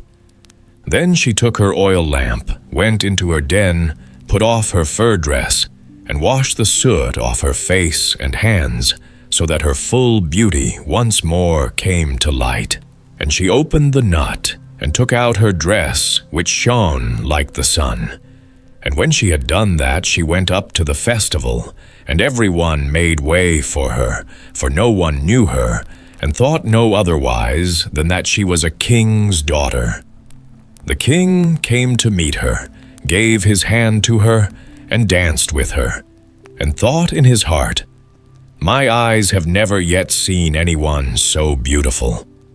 When the dance was over, she curtsied, and when the king looked round again, she had vanished, and none knew whither. The guards who stood outside the palace were called and questioned, but no one had seen her. She had, however, run into her little den, had quickly taken off her dress, made her face and hands black again, put on the fur mantle, and again was Allerlei Rao. And now, when she went into the kitchen, and was about to get to her work and sweep up the ashes, the cook said, "Leave that alone till morning, and make me the soup for the king. I, too, will go upstairs a while, and take a look, but let no hairs fall in, or in future thou shalt have nothing to eat." So the cook went away, and Allerlei Rao made the soup for the king, and made bread soup and the best she could. And when it was ready, she fetched her golden ring from her little den, and put it in the bowl in which the soup was served. When the dancing was over, the king had his soup brought and ate it, and he liked it so much that it seemed to him he had never tasted better. But when he came to the bottom of the bowl, he saw a golden ring lying, and could not conceive how it could have got there. Then he ordered the cook to appear before him. The cook was terrified when he heard the order, and said to Allerlei Rao, "Thou hast certainly let a hair fall into the soup, and if thou hast, thou shalt be beaten for it." When he came before the king, the latter asked who had made the soup. The cook replied, "I made it." But the king said, "That is not true, for it was much better than usual, and cooked differently." He answered, "I must acknowledge that I did not make it. It was made by the rough animal." The king said, "Go and bid it come up here." When Allerlei Rao came, the king said, "Who art thou?"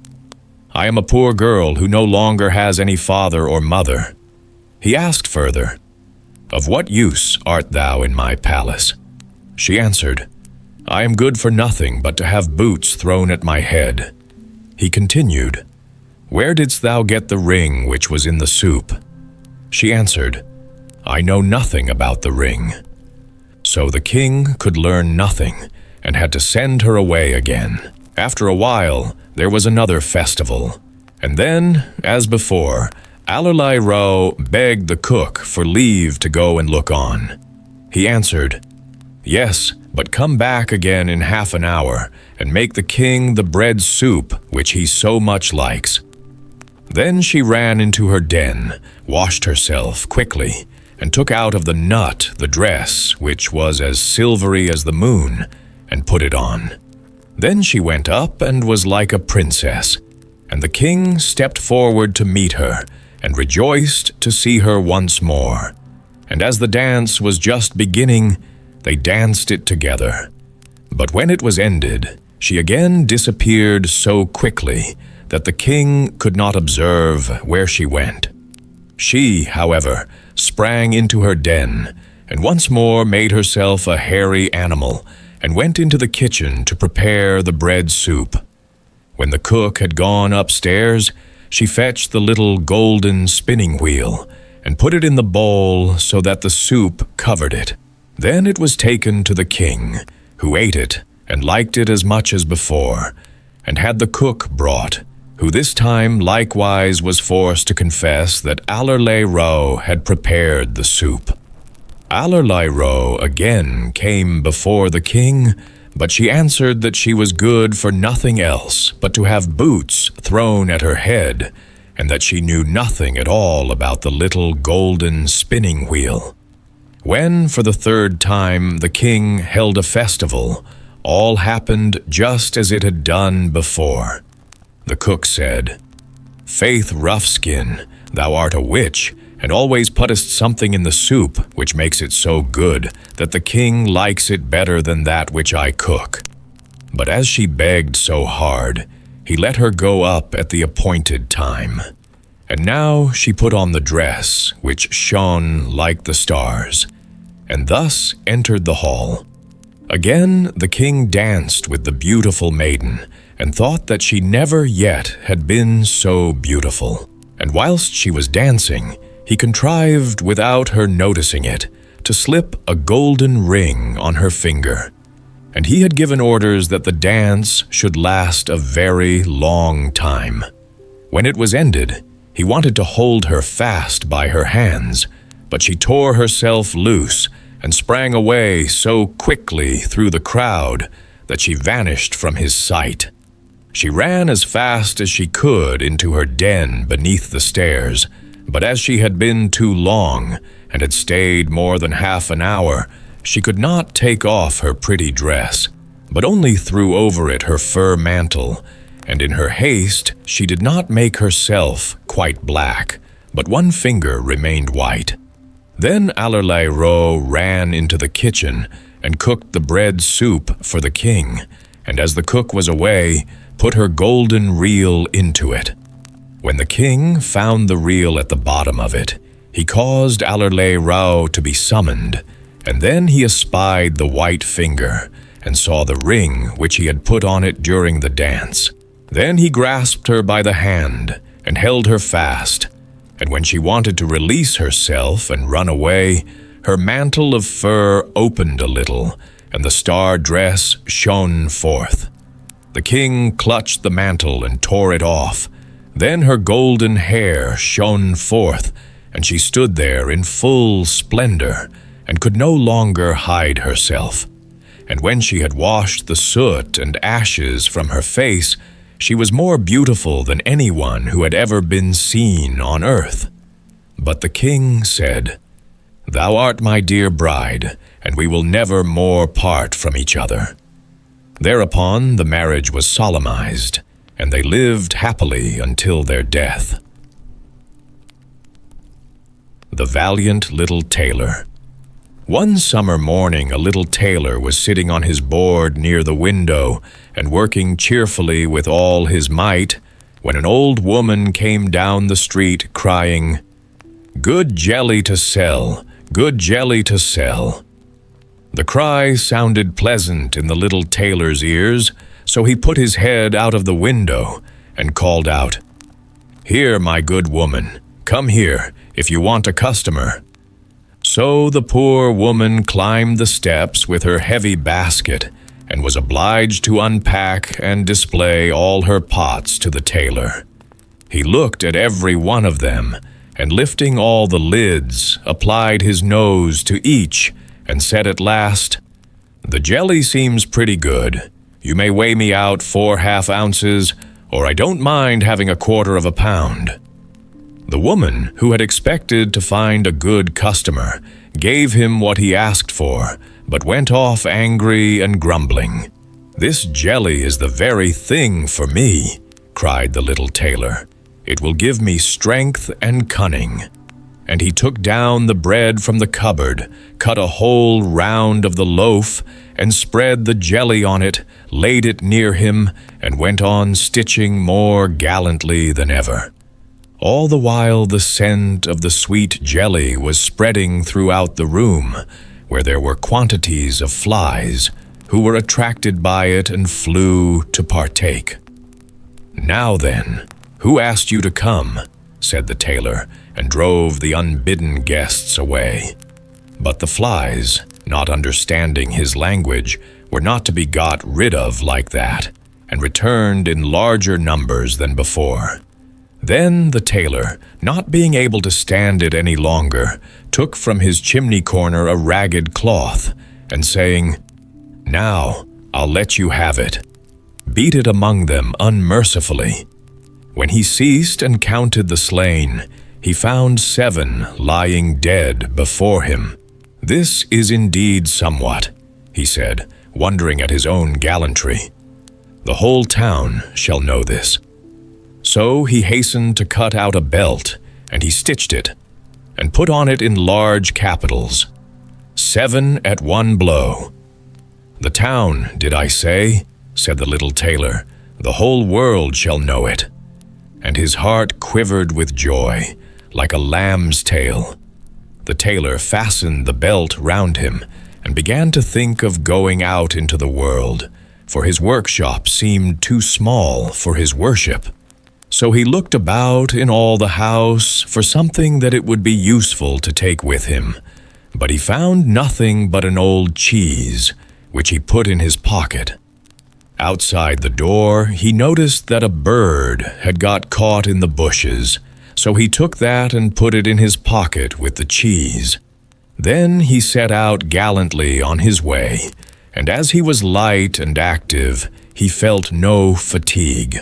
The way led over a mountain, and when he reached the topmost peak, he saw a terrible giant sitting there and looking about him at his ease. The tailor went bravely up to him, called out to him, and said, "Comrade, good day. There you sit looking over the wide world. I am on the way thither to seek my fortune. Have you a fancy to go with me?" The giant looked at the tailor contemptuously and said, "You little rascal, you miserable fellow." "That may be," answered the little tailor, and undoing his coat, he showed the giant his belt. "You can read there whether I am a man or not." The giant read, "7 at one blow," and thinking it meant men that the tailor had killed, felt at once more respect for the little fellow. But as he wanted to prove him, he took up a stone and squeezed it so hard that water came out of it. "Now you can do that," said the giant. "That is, if you have the strength for it." "Zzz, that's not much," said the little tailor. "I call that play." And he put his hand in his pocket and took out the cheese and squeezed it, so that the whey ran out of it. "Well," said he, "what do you think of that?" The giant did not know what to say to it, for he could not have believed it of the little man. Then the giant took up a stone and threw it so high that it was nearly out of sight. "Now, little fellow, suppose you do that." "Well thrown," said the tailor, "but the stone fell back to earth again. I will throw you one that will never come back." So he felt in his pocket, took out the bird, and threw it into the air. And the bird, when it found itself at liberty, took wing, flew off, and returned no more. "What do you think of that, comrade?" asked the tailor. "There is no doubt that you can throw," said the giant, "but we will see if you can carry." He led the little tailor to a mighty oak tree which had been felled and was lying on the ground, and said, "Now, if you are strong enough, help me to carry this tree out of the wood." "Willingly," answered the little man.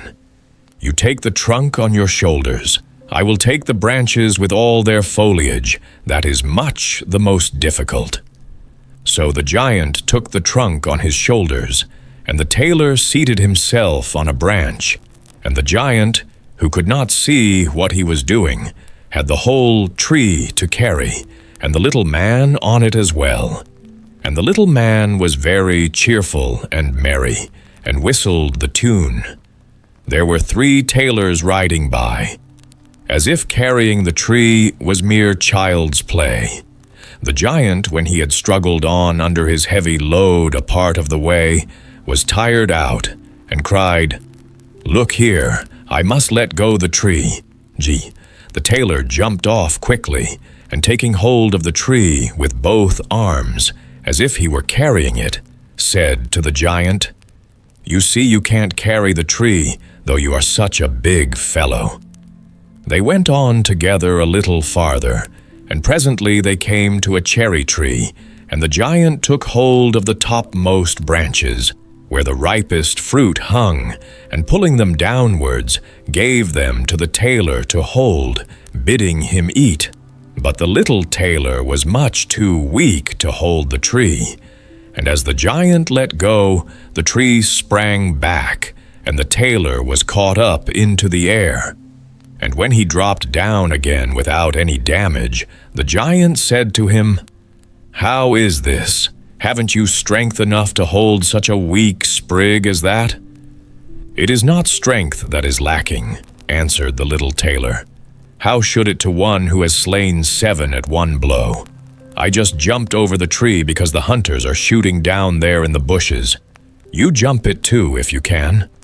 The giant made the attempt, and not being able to vault the tree, he remained hanging in the branches, so that once more the little tailor got the better of him.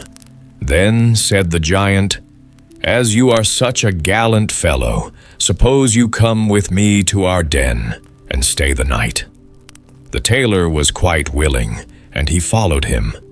When they reached the den, there sat some other giants by the fire, and each had a roasted sheep in his hand, and was eating it. The little tailor looked round and thought, "There is more elbow room here than in my workshop." And the giant showed him a bed, and told him he had better lie down upon it and go to sleep. The bed was, however, too big for the tailor, so he did not stay in it, but crept into a corner to sleep. As soon as it was midnight, the giant got up, took a great staff of iron, and beat the bed through with one stroke, and supposed he had made an end of that grasshopper of a tailor. Very early in the morning the giants went into the wood and forgot all about the little tailor. And when they saw him coming after them alive and merry, they were terribly frightened, and thinking he was going to kill them, they ran away in all haste. So the little tailor marched on, always following his nose. And after he had gone a great way, he entered the courtyard belonging to a king's palace, and there he felt so overpowered with fatigue that he lay down and fell asleep. In the meanwhile came various people, who looked at him very curiously, and read on his belt, "7 at one blow." "Oh," said they, "why should this great lord come here in time of peace? What a mighty champion he must be." Then they went and told the king about him, and they thought that if war should break out, what a worthy and useful man he would be, and that he ought not to be allowed to depart at any price.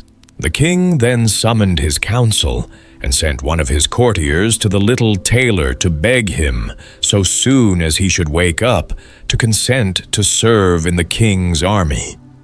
So the messenger stood and waited at the sleeper's side until his limbs began to stretch and his eyes to open, and then he carried his answer back. And the answer was, "That was the reason for which I came," said the little tailor. "I am ready to enter the king's service." So he was received into it very honorably, and a separate dwelling set apart for him.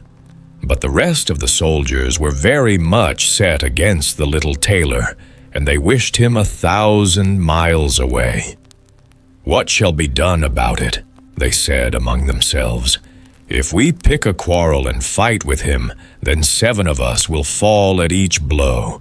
That will be of no good to us."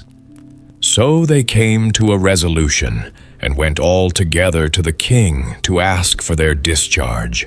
"We never intended," said they, "to serve with a man who kills 7 at a blow." The king felt sorry to lose all his faithful servants because of one man, and he wished that he had never seen him, and would willingly get rid of him if he might. But he did not dare to dismiss the little tailor for fear he should kill all the king's people and place himself upon the throne. He thought a long while about it, and at last made up his mind what to do. He sent for the little tailor and told him that as he was so great a warrior, he had a proposal to make to him. He told him that in a wood in his dominions dwelt 2 giants, who did great damage by robbery, murder, and fire, and that no man durst go near them for fear of his life, but that if the tailor should overcome and slay both these giants, the king would give him his only daughter in marriage, and half his kingdom as dowry, and that 100 horsemen should go with him to give him assistance. That would be something for a man like me. "One," thought the little tailor, "a beautiful princess and half a kingdom are not to be had every day." And he said to the king, "Oh yes, I can soon overcome the giants, and yet have no need of the 100 horsemen. He who can kill 7 at one blow has no need to be afraid of 2. So the little tailor set out, and the 100 horsemen followed him. When he came to the border of the wood, he said to his escort, "Stay here, while I go to attack the giants." Then he sprang into the wood and looked about him right and left. After a while he caught sight of the 2 giants. They were lying down under a tree, asleep, and snoring so that all the branches shook. The little tailor, all alive, filled both his pockets with stones and climbed up into the tree and made his way to an overhanging bough so that he could seat himself just above the sleepers.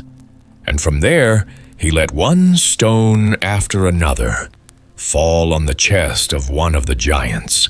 For a long time the giant was quite unaware of this, but at last he waked up and pushed his comrade and said, "What are you hitting me for?" "You are dreaming," said the other. "I am not touching you."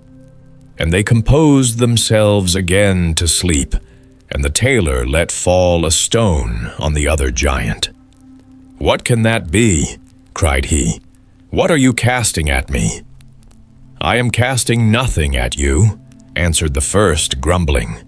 They disputed about it for a while, but as they were tired, they gave it up at last, and their eyes closed once more. Then the little tailor began his game. Anew, picked out a heavier stone and threw it down with force upon the first giant's chest. "This is too much," cried he, and sprang up like a madman and struck his companion such a blow that the tree shook above them.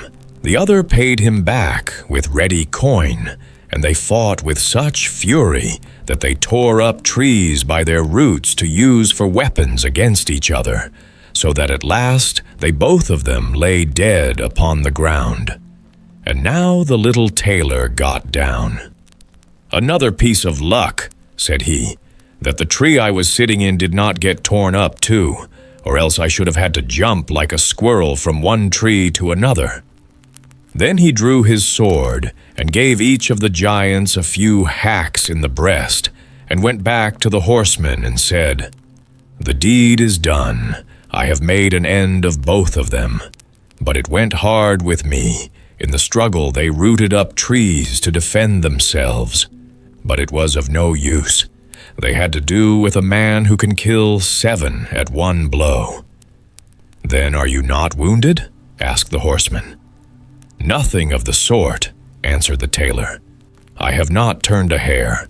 The horsemen still would not believe it, and rode into the wood to see, and there they found the giants wallowing in their blood, and all about them lying the uprooted trees. The little tailor then claimed the promised boon, but the king repented him of his offer, and he sought again how to rid himself of the hero. "Before you can possess my daughter and the half of my kingdom," said he to the tailor, "you must perform another heroic act.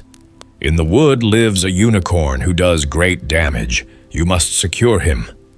A unicorn does not strike more terror into me than 2 giants, 7 at one blow. That is my way," was the tailor's answer. So, taking a rope and an axe with him, he went out into the wood and told those who were ordered to attend him to wait outside. He had not far to seek. The unicorn soon came out and sprang at him, as if he would make an end of him without delay. "Softly, softly," said he, "most haste, worst speed," and remained standing until the animal came quite near. Then he slipped quietly behind a tree. The unicorn ran with all his might against the tree and stuck his horn so deep into the trunk that he could not get it out again, and so was taken. "Now I have you," said the tailor, coming out from behind the tree, and putting the rope round the unicorn's neck, he took the axe, set free the horn, and when all his party were assembled, he led forth the animal and brought it to the king. The king did not yet wish to give him the promised reward, and set him a third task to do. Before the wedding could take place, the tailor was to secure a wild boar, which had done a great deal of damage in the wood. The huntsmen were to accompany him. "All right," said the tailor, "this is child's play." But he did not take the huntsmen into the wood, and they were all the better pleased, for the wild boar had many a time before received them in such a way that they had no fancy to disturb him. When the boar caught sight of the tailor, he ran at him with foaming mouth and gleaming tusks to bear him to the ground. But the nimble hero rushed into a chapel which chanced to be near, and jumped quickly out of a window on the other side. The boar ran after him, and when he got inside, the door shut after him. And there he was imprisoned, for the creature was too big and unwieldy to jump out of the window too. Then the little tailor called the huntsmen that they might see the prisoner with their own eyes, and then he betook himself to the king, who now, whether he liked it or not, was obliged to fulfill his promise, and give him his daughter and the half of his kingdom. But if he had known that the great warrior was only a little tailor, he would have taken it still more to heart. So the wedding was celebrated with great splendor and little joy, and the tailor was made into a king. One night the young queen heard her husband talking in his sleep and saying, "Now, boy, make me that waistcoat and patch me those breeches, or I will lay my yard measure about your shoulders." And so, as she perceived of what low birth her husband was, she went to her father the next morning and told him all, and begged him to set her free from a man who was nothing better than a tailor. The king bade her be comforted, saying, Tonight leave your bedroom door open. My guard shall stand outside, and when he is asleep they shall come in and bind him and carry him off to a ship, and he shall be sent to the other side of the world." So the wife felt consoled, but the king's water-bearer, who had been listening all the while, went to the little tailor and disclosed to him the whole plan. "I shall put a stop to all this," said he. At night he lay down as usual in bed, and when his wife thought that he was asleep, she got up, opened the door, and lay down again. The little tailor, who only made believe to be asleep, began to murmur plainly, "Now, boy, make me that waistcoat and patch me those breeches, or I will lay my yard measure about your shoulders. I have slain 7 at one blow, killed 2 giants, caught a unicorn, and taken a wild boar. And shall I be afraid of those who are standing outside my room door?" And when they heard the tailor say this, a great fear seized them. They fled away as if they had been wild hares, and none of them would venture to attack him. And so the little tailor all his lifetime remained a king. The 12 Brothers. There were once on a time a king and a queen who lived happily together and had 12 children, but they were all boys. Then said the king to his wife, "If the 13th child which thou art about to bring into the world is a girl, the 12 boys shall die, in order that her possessions may be great, and that the kingdom may fall to her alone." He caused likewise 12 coffins to be made, which were already filled with shavings, and in each lay the little pillow for the dead, and he had them taken into a locked-up room. And then he gave the queen the key of it, and bade her not to speak of this to anyone. The mother, however, now sat and lamented all day long, until the youngest son, who was always with her, and whom she had named Benjamin, from the Bible, said to her, "Dear mother, why art thou so sad?" "Dearest child," she answered, "I may not tell thee." But he let her have no rest until she went and unlocked the room and showed him the 12 coffins ready filled with shavings. Then she said, "My dearest Benjamin, thy father has had these coffins made for thee and for thy 11 brothers. For if I bring a little girl into the world, you are all to be killed and buried in them." And as she wept while she was saying this, the son comforted her and said, "Weep not, dear mother, we will save ourselves, and go hence." But she said, "Go forth into the forest with thy 11 brothers, and let one sit constantly on the highest tree which can be found, and keep watch, looking towards the tower here in the castle. If I give birth to a little son, I will put up a white flag, and then you may venture to come back. But if I bear a daughter, I will hoist a red flag, and then fly hence as quickly as you are able, and may the good God protect you. And every night I will rise up and pray for you. In winter that you may be able to warm yourself at a fire, and in summer that you may not faint away in the heat."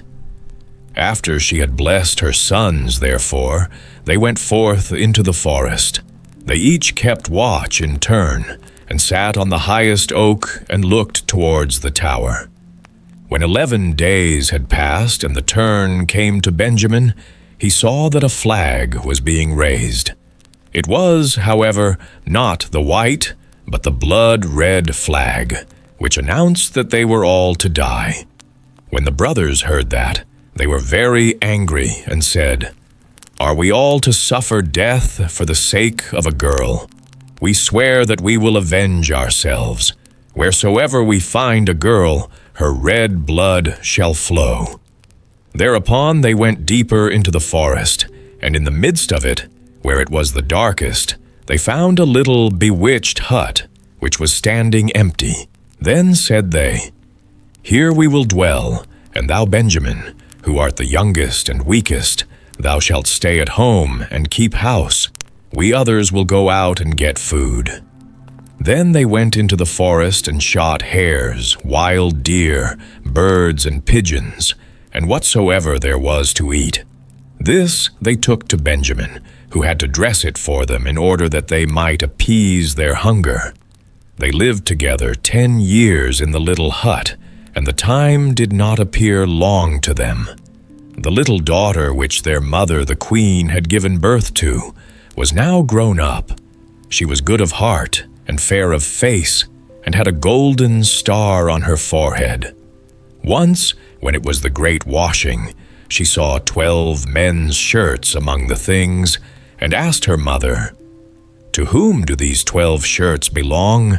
For they are far too small for father."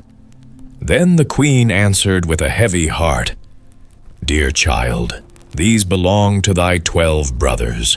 Said the maiden, "Where are my 12 brothers? I have never yet heard of them." She replied, "God knows where they are. They are wandering about the world." Then she took the maiden and opened the chamber for her, and showed her the 12 coffins with the shavings and pillows for the head. "These coffins," said she, "were destined for thy brothers, but they went away secretly before thou wert born." And she related to her how everything had happened. Then said the maiden, "Dear mother, weep not. I will go and seek my brothers." So she took the 12 shirts and went forth, and straight into the great forest. She walked the whole day, and in the evening she came to the bewitched hut. Then she entered it and found a young boy, who asked, "From whence comest thou, and whither art thou bound?" And was astonished that she was so beautiful, and wore royal garments, and had a star on her forehead. And she answered, "I am a king's daughter, and am seeking my 12 brothers, and I will walk as far as the sky is blue until I find them." She likewise showed him the 12 shirts which belonged to them. Then Benjamin saw that she was his sister, and said, "I am Benjamin, thy youngest brother." And she began to weep for joy, and Benjamin wept also, and they kissed and embraced each other with the greatest love.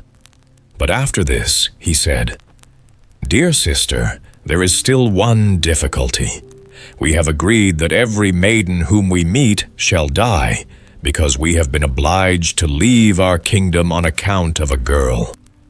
Then said she, "I will willingly die, if by so doing I can deliver my 12 brothers." "No," answered he, "thou shalt not die. Seat thyself beneath this tub until our 11 brothers come, and then I will soon come to an agreement with them." She did so, and when it was night, the others came from hunting, and their dinner was ready, and as they were sitting at table and eating, they asked, "What news is there?" Said Benjamin, "Don't you know anything?" "No," they answered. He continued, "You have been in the forest, and I have stayed at home, and yet I know more than you do." "Tell us then," they cried. He answered, "But promise me that the first maiden who meets us shall not be killed." "Yes," they all cried, "she shall have mercy, only do tell us." Then said he, "Our sister is here." And he lifted up the tub, and the king's daughter came forth in her royal garments with the golden star on her forehead, and she was beautiful, delicate, and fair. Then they were all rejoiced and fell on her neck, and kissed and loved her with all their hearts. Now she stayed at home with Benjamin, and helped him with the work. The 11 went into the forest and caught game, and deer, and birds, and wood pigeons, that they might have food, and the little sister and Benjamin took care to make it ready for them. She sought for the wood for cooking and herbs for vegetables, and put the pans on the fire so that the dinner was always ready when the 11 came. She likewise kept order in the little house and put beautifully white, clean coverings on the little beds, and the brothers were always contented and lived in great harmony with her. Once on a time, the two at home had prepared a beautiful entertainment, and when they were all together, they sat down and ate and drank and were full of gladness. There was, however, a little garden belonging to the bewitched house, wherein stood 12 lily flowers, which are likewise called students. She wished to give her brothers pleasure, and plucked the 12 flowers, and thought she would present each brother with one while at dinner. But at the self-same moment that she plucked the flowers, the 12 brothers were changed into 12 ravens, and flew away over the forest, and the house and garden vanished likewise.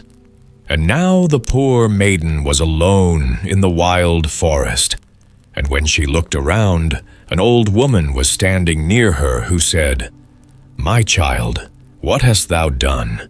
Why didst thou not leave the 12 white flowers growing? They were thy brothers, who are now forevermore changed into ravens." The maiden said, weeping, "Is there no way of delivering them?" "No," said the woman, "there is but one in the whole world, and that is so hard that thou wilt not deliver them by it. For thou must be dumb for 7 years, and mayst not speak or laugh. And if thou speakest one single word, and only an hour of the 7 years is wanting, all is in vain, and thy brothers will be killed by the one word." "Lassies," then said the maiden in her heart, "I know with certainty that I shall set my brothers free," and went and sought a high tree, and seated herself in it and span, and neither spoke nor laughed. Now it so happened that a king was hunting in the forest, who had a great greyhound which ran to the tree on which the maiden was sitting, and sprang about it, whining and barking at her. Then the king came by, and saw the beautiful king's daughter with the golden star on her brow, and was so charmed with her beauty that he called to ask her if she would be his wife. She made no answer, but nodded a little with her head. So he climbed up the tree himself, carried her down, placed her on his horse, and bore her home. Then the wedding was solemnized with great magnificence and rejoicing, but the bride neither spoke nor smiled.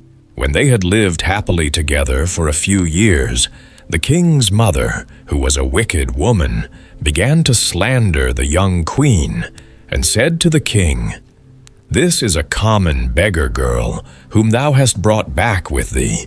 Who knows what impious tricks she practices secretly? Even if she be dumb and not able to speak, she still might laugh for once. But those who do not laugh have bad consciences." At first the king would not believe it, but the old woman urged this so long, and accused her of so many evil things, that at last the king let himself be persuaded, and sentenced her to death. And now a great fire was lighted in the courtyard in which she was to be burnt, and the king stood above at the window and looked on with tearful eyes, because he still loved her so much. And when she was bound fast to the stake, and the fire was licking at her clothes with its red tongue, the last instant of the 7 years expired. Then a whirring sound was heard in the air, and 12 ravens came flying towards the place, and sank downwards. And when they touched the earth, they were her 12 brothers, whom she had delivered.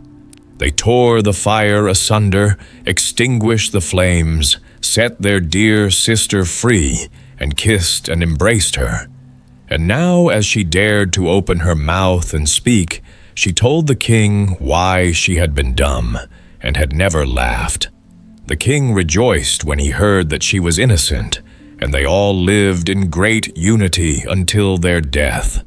The wicked stepmother was taken before the judge and put into a barrel filled with boiling oil and venomous snakes, and died an evil death.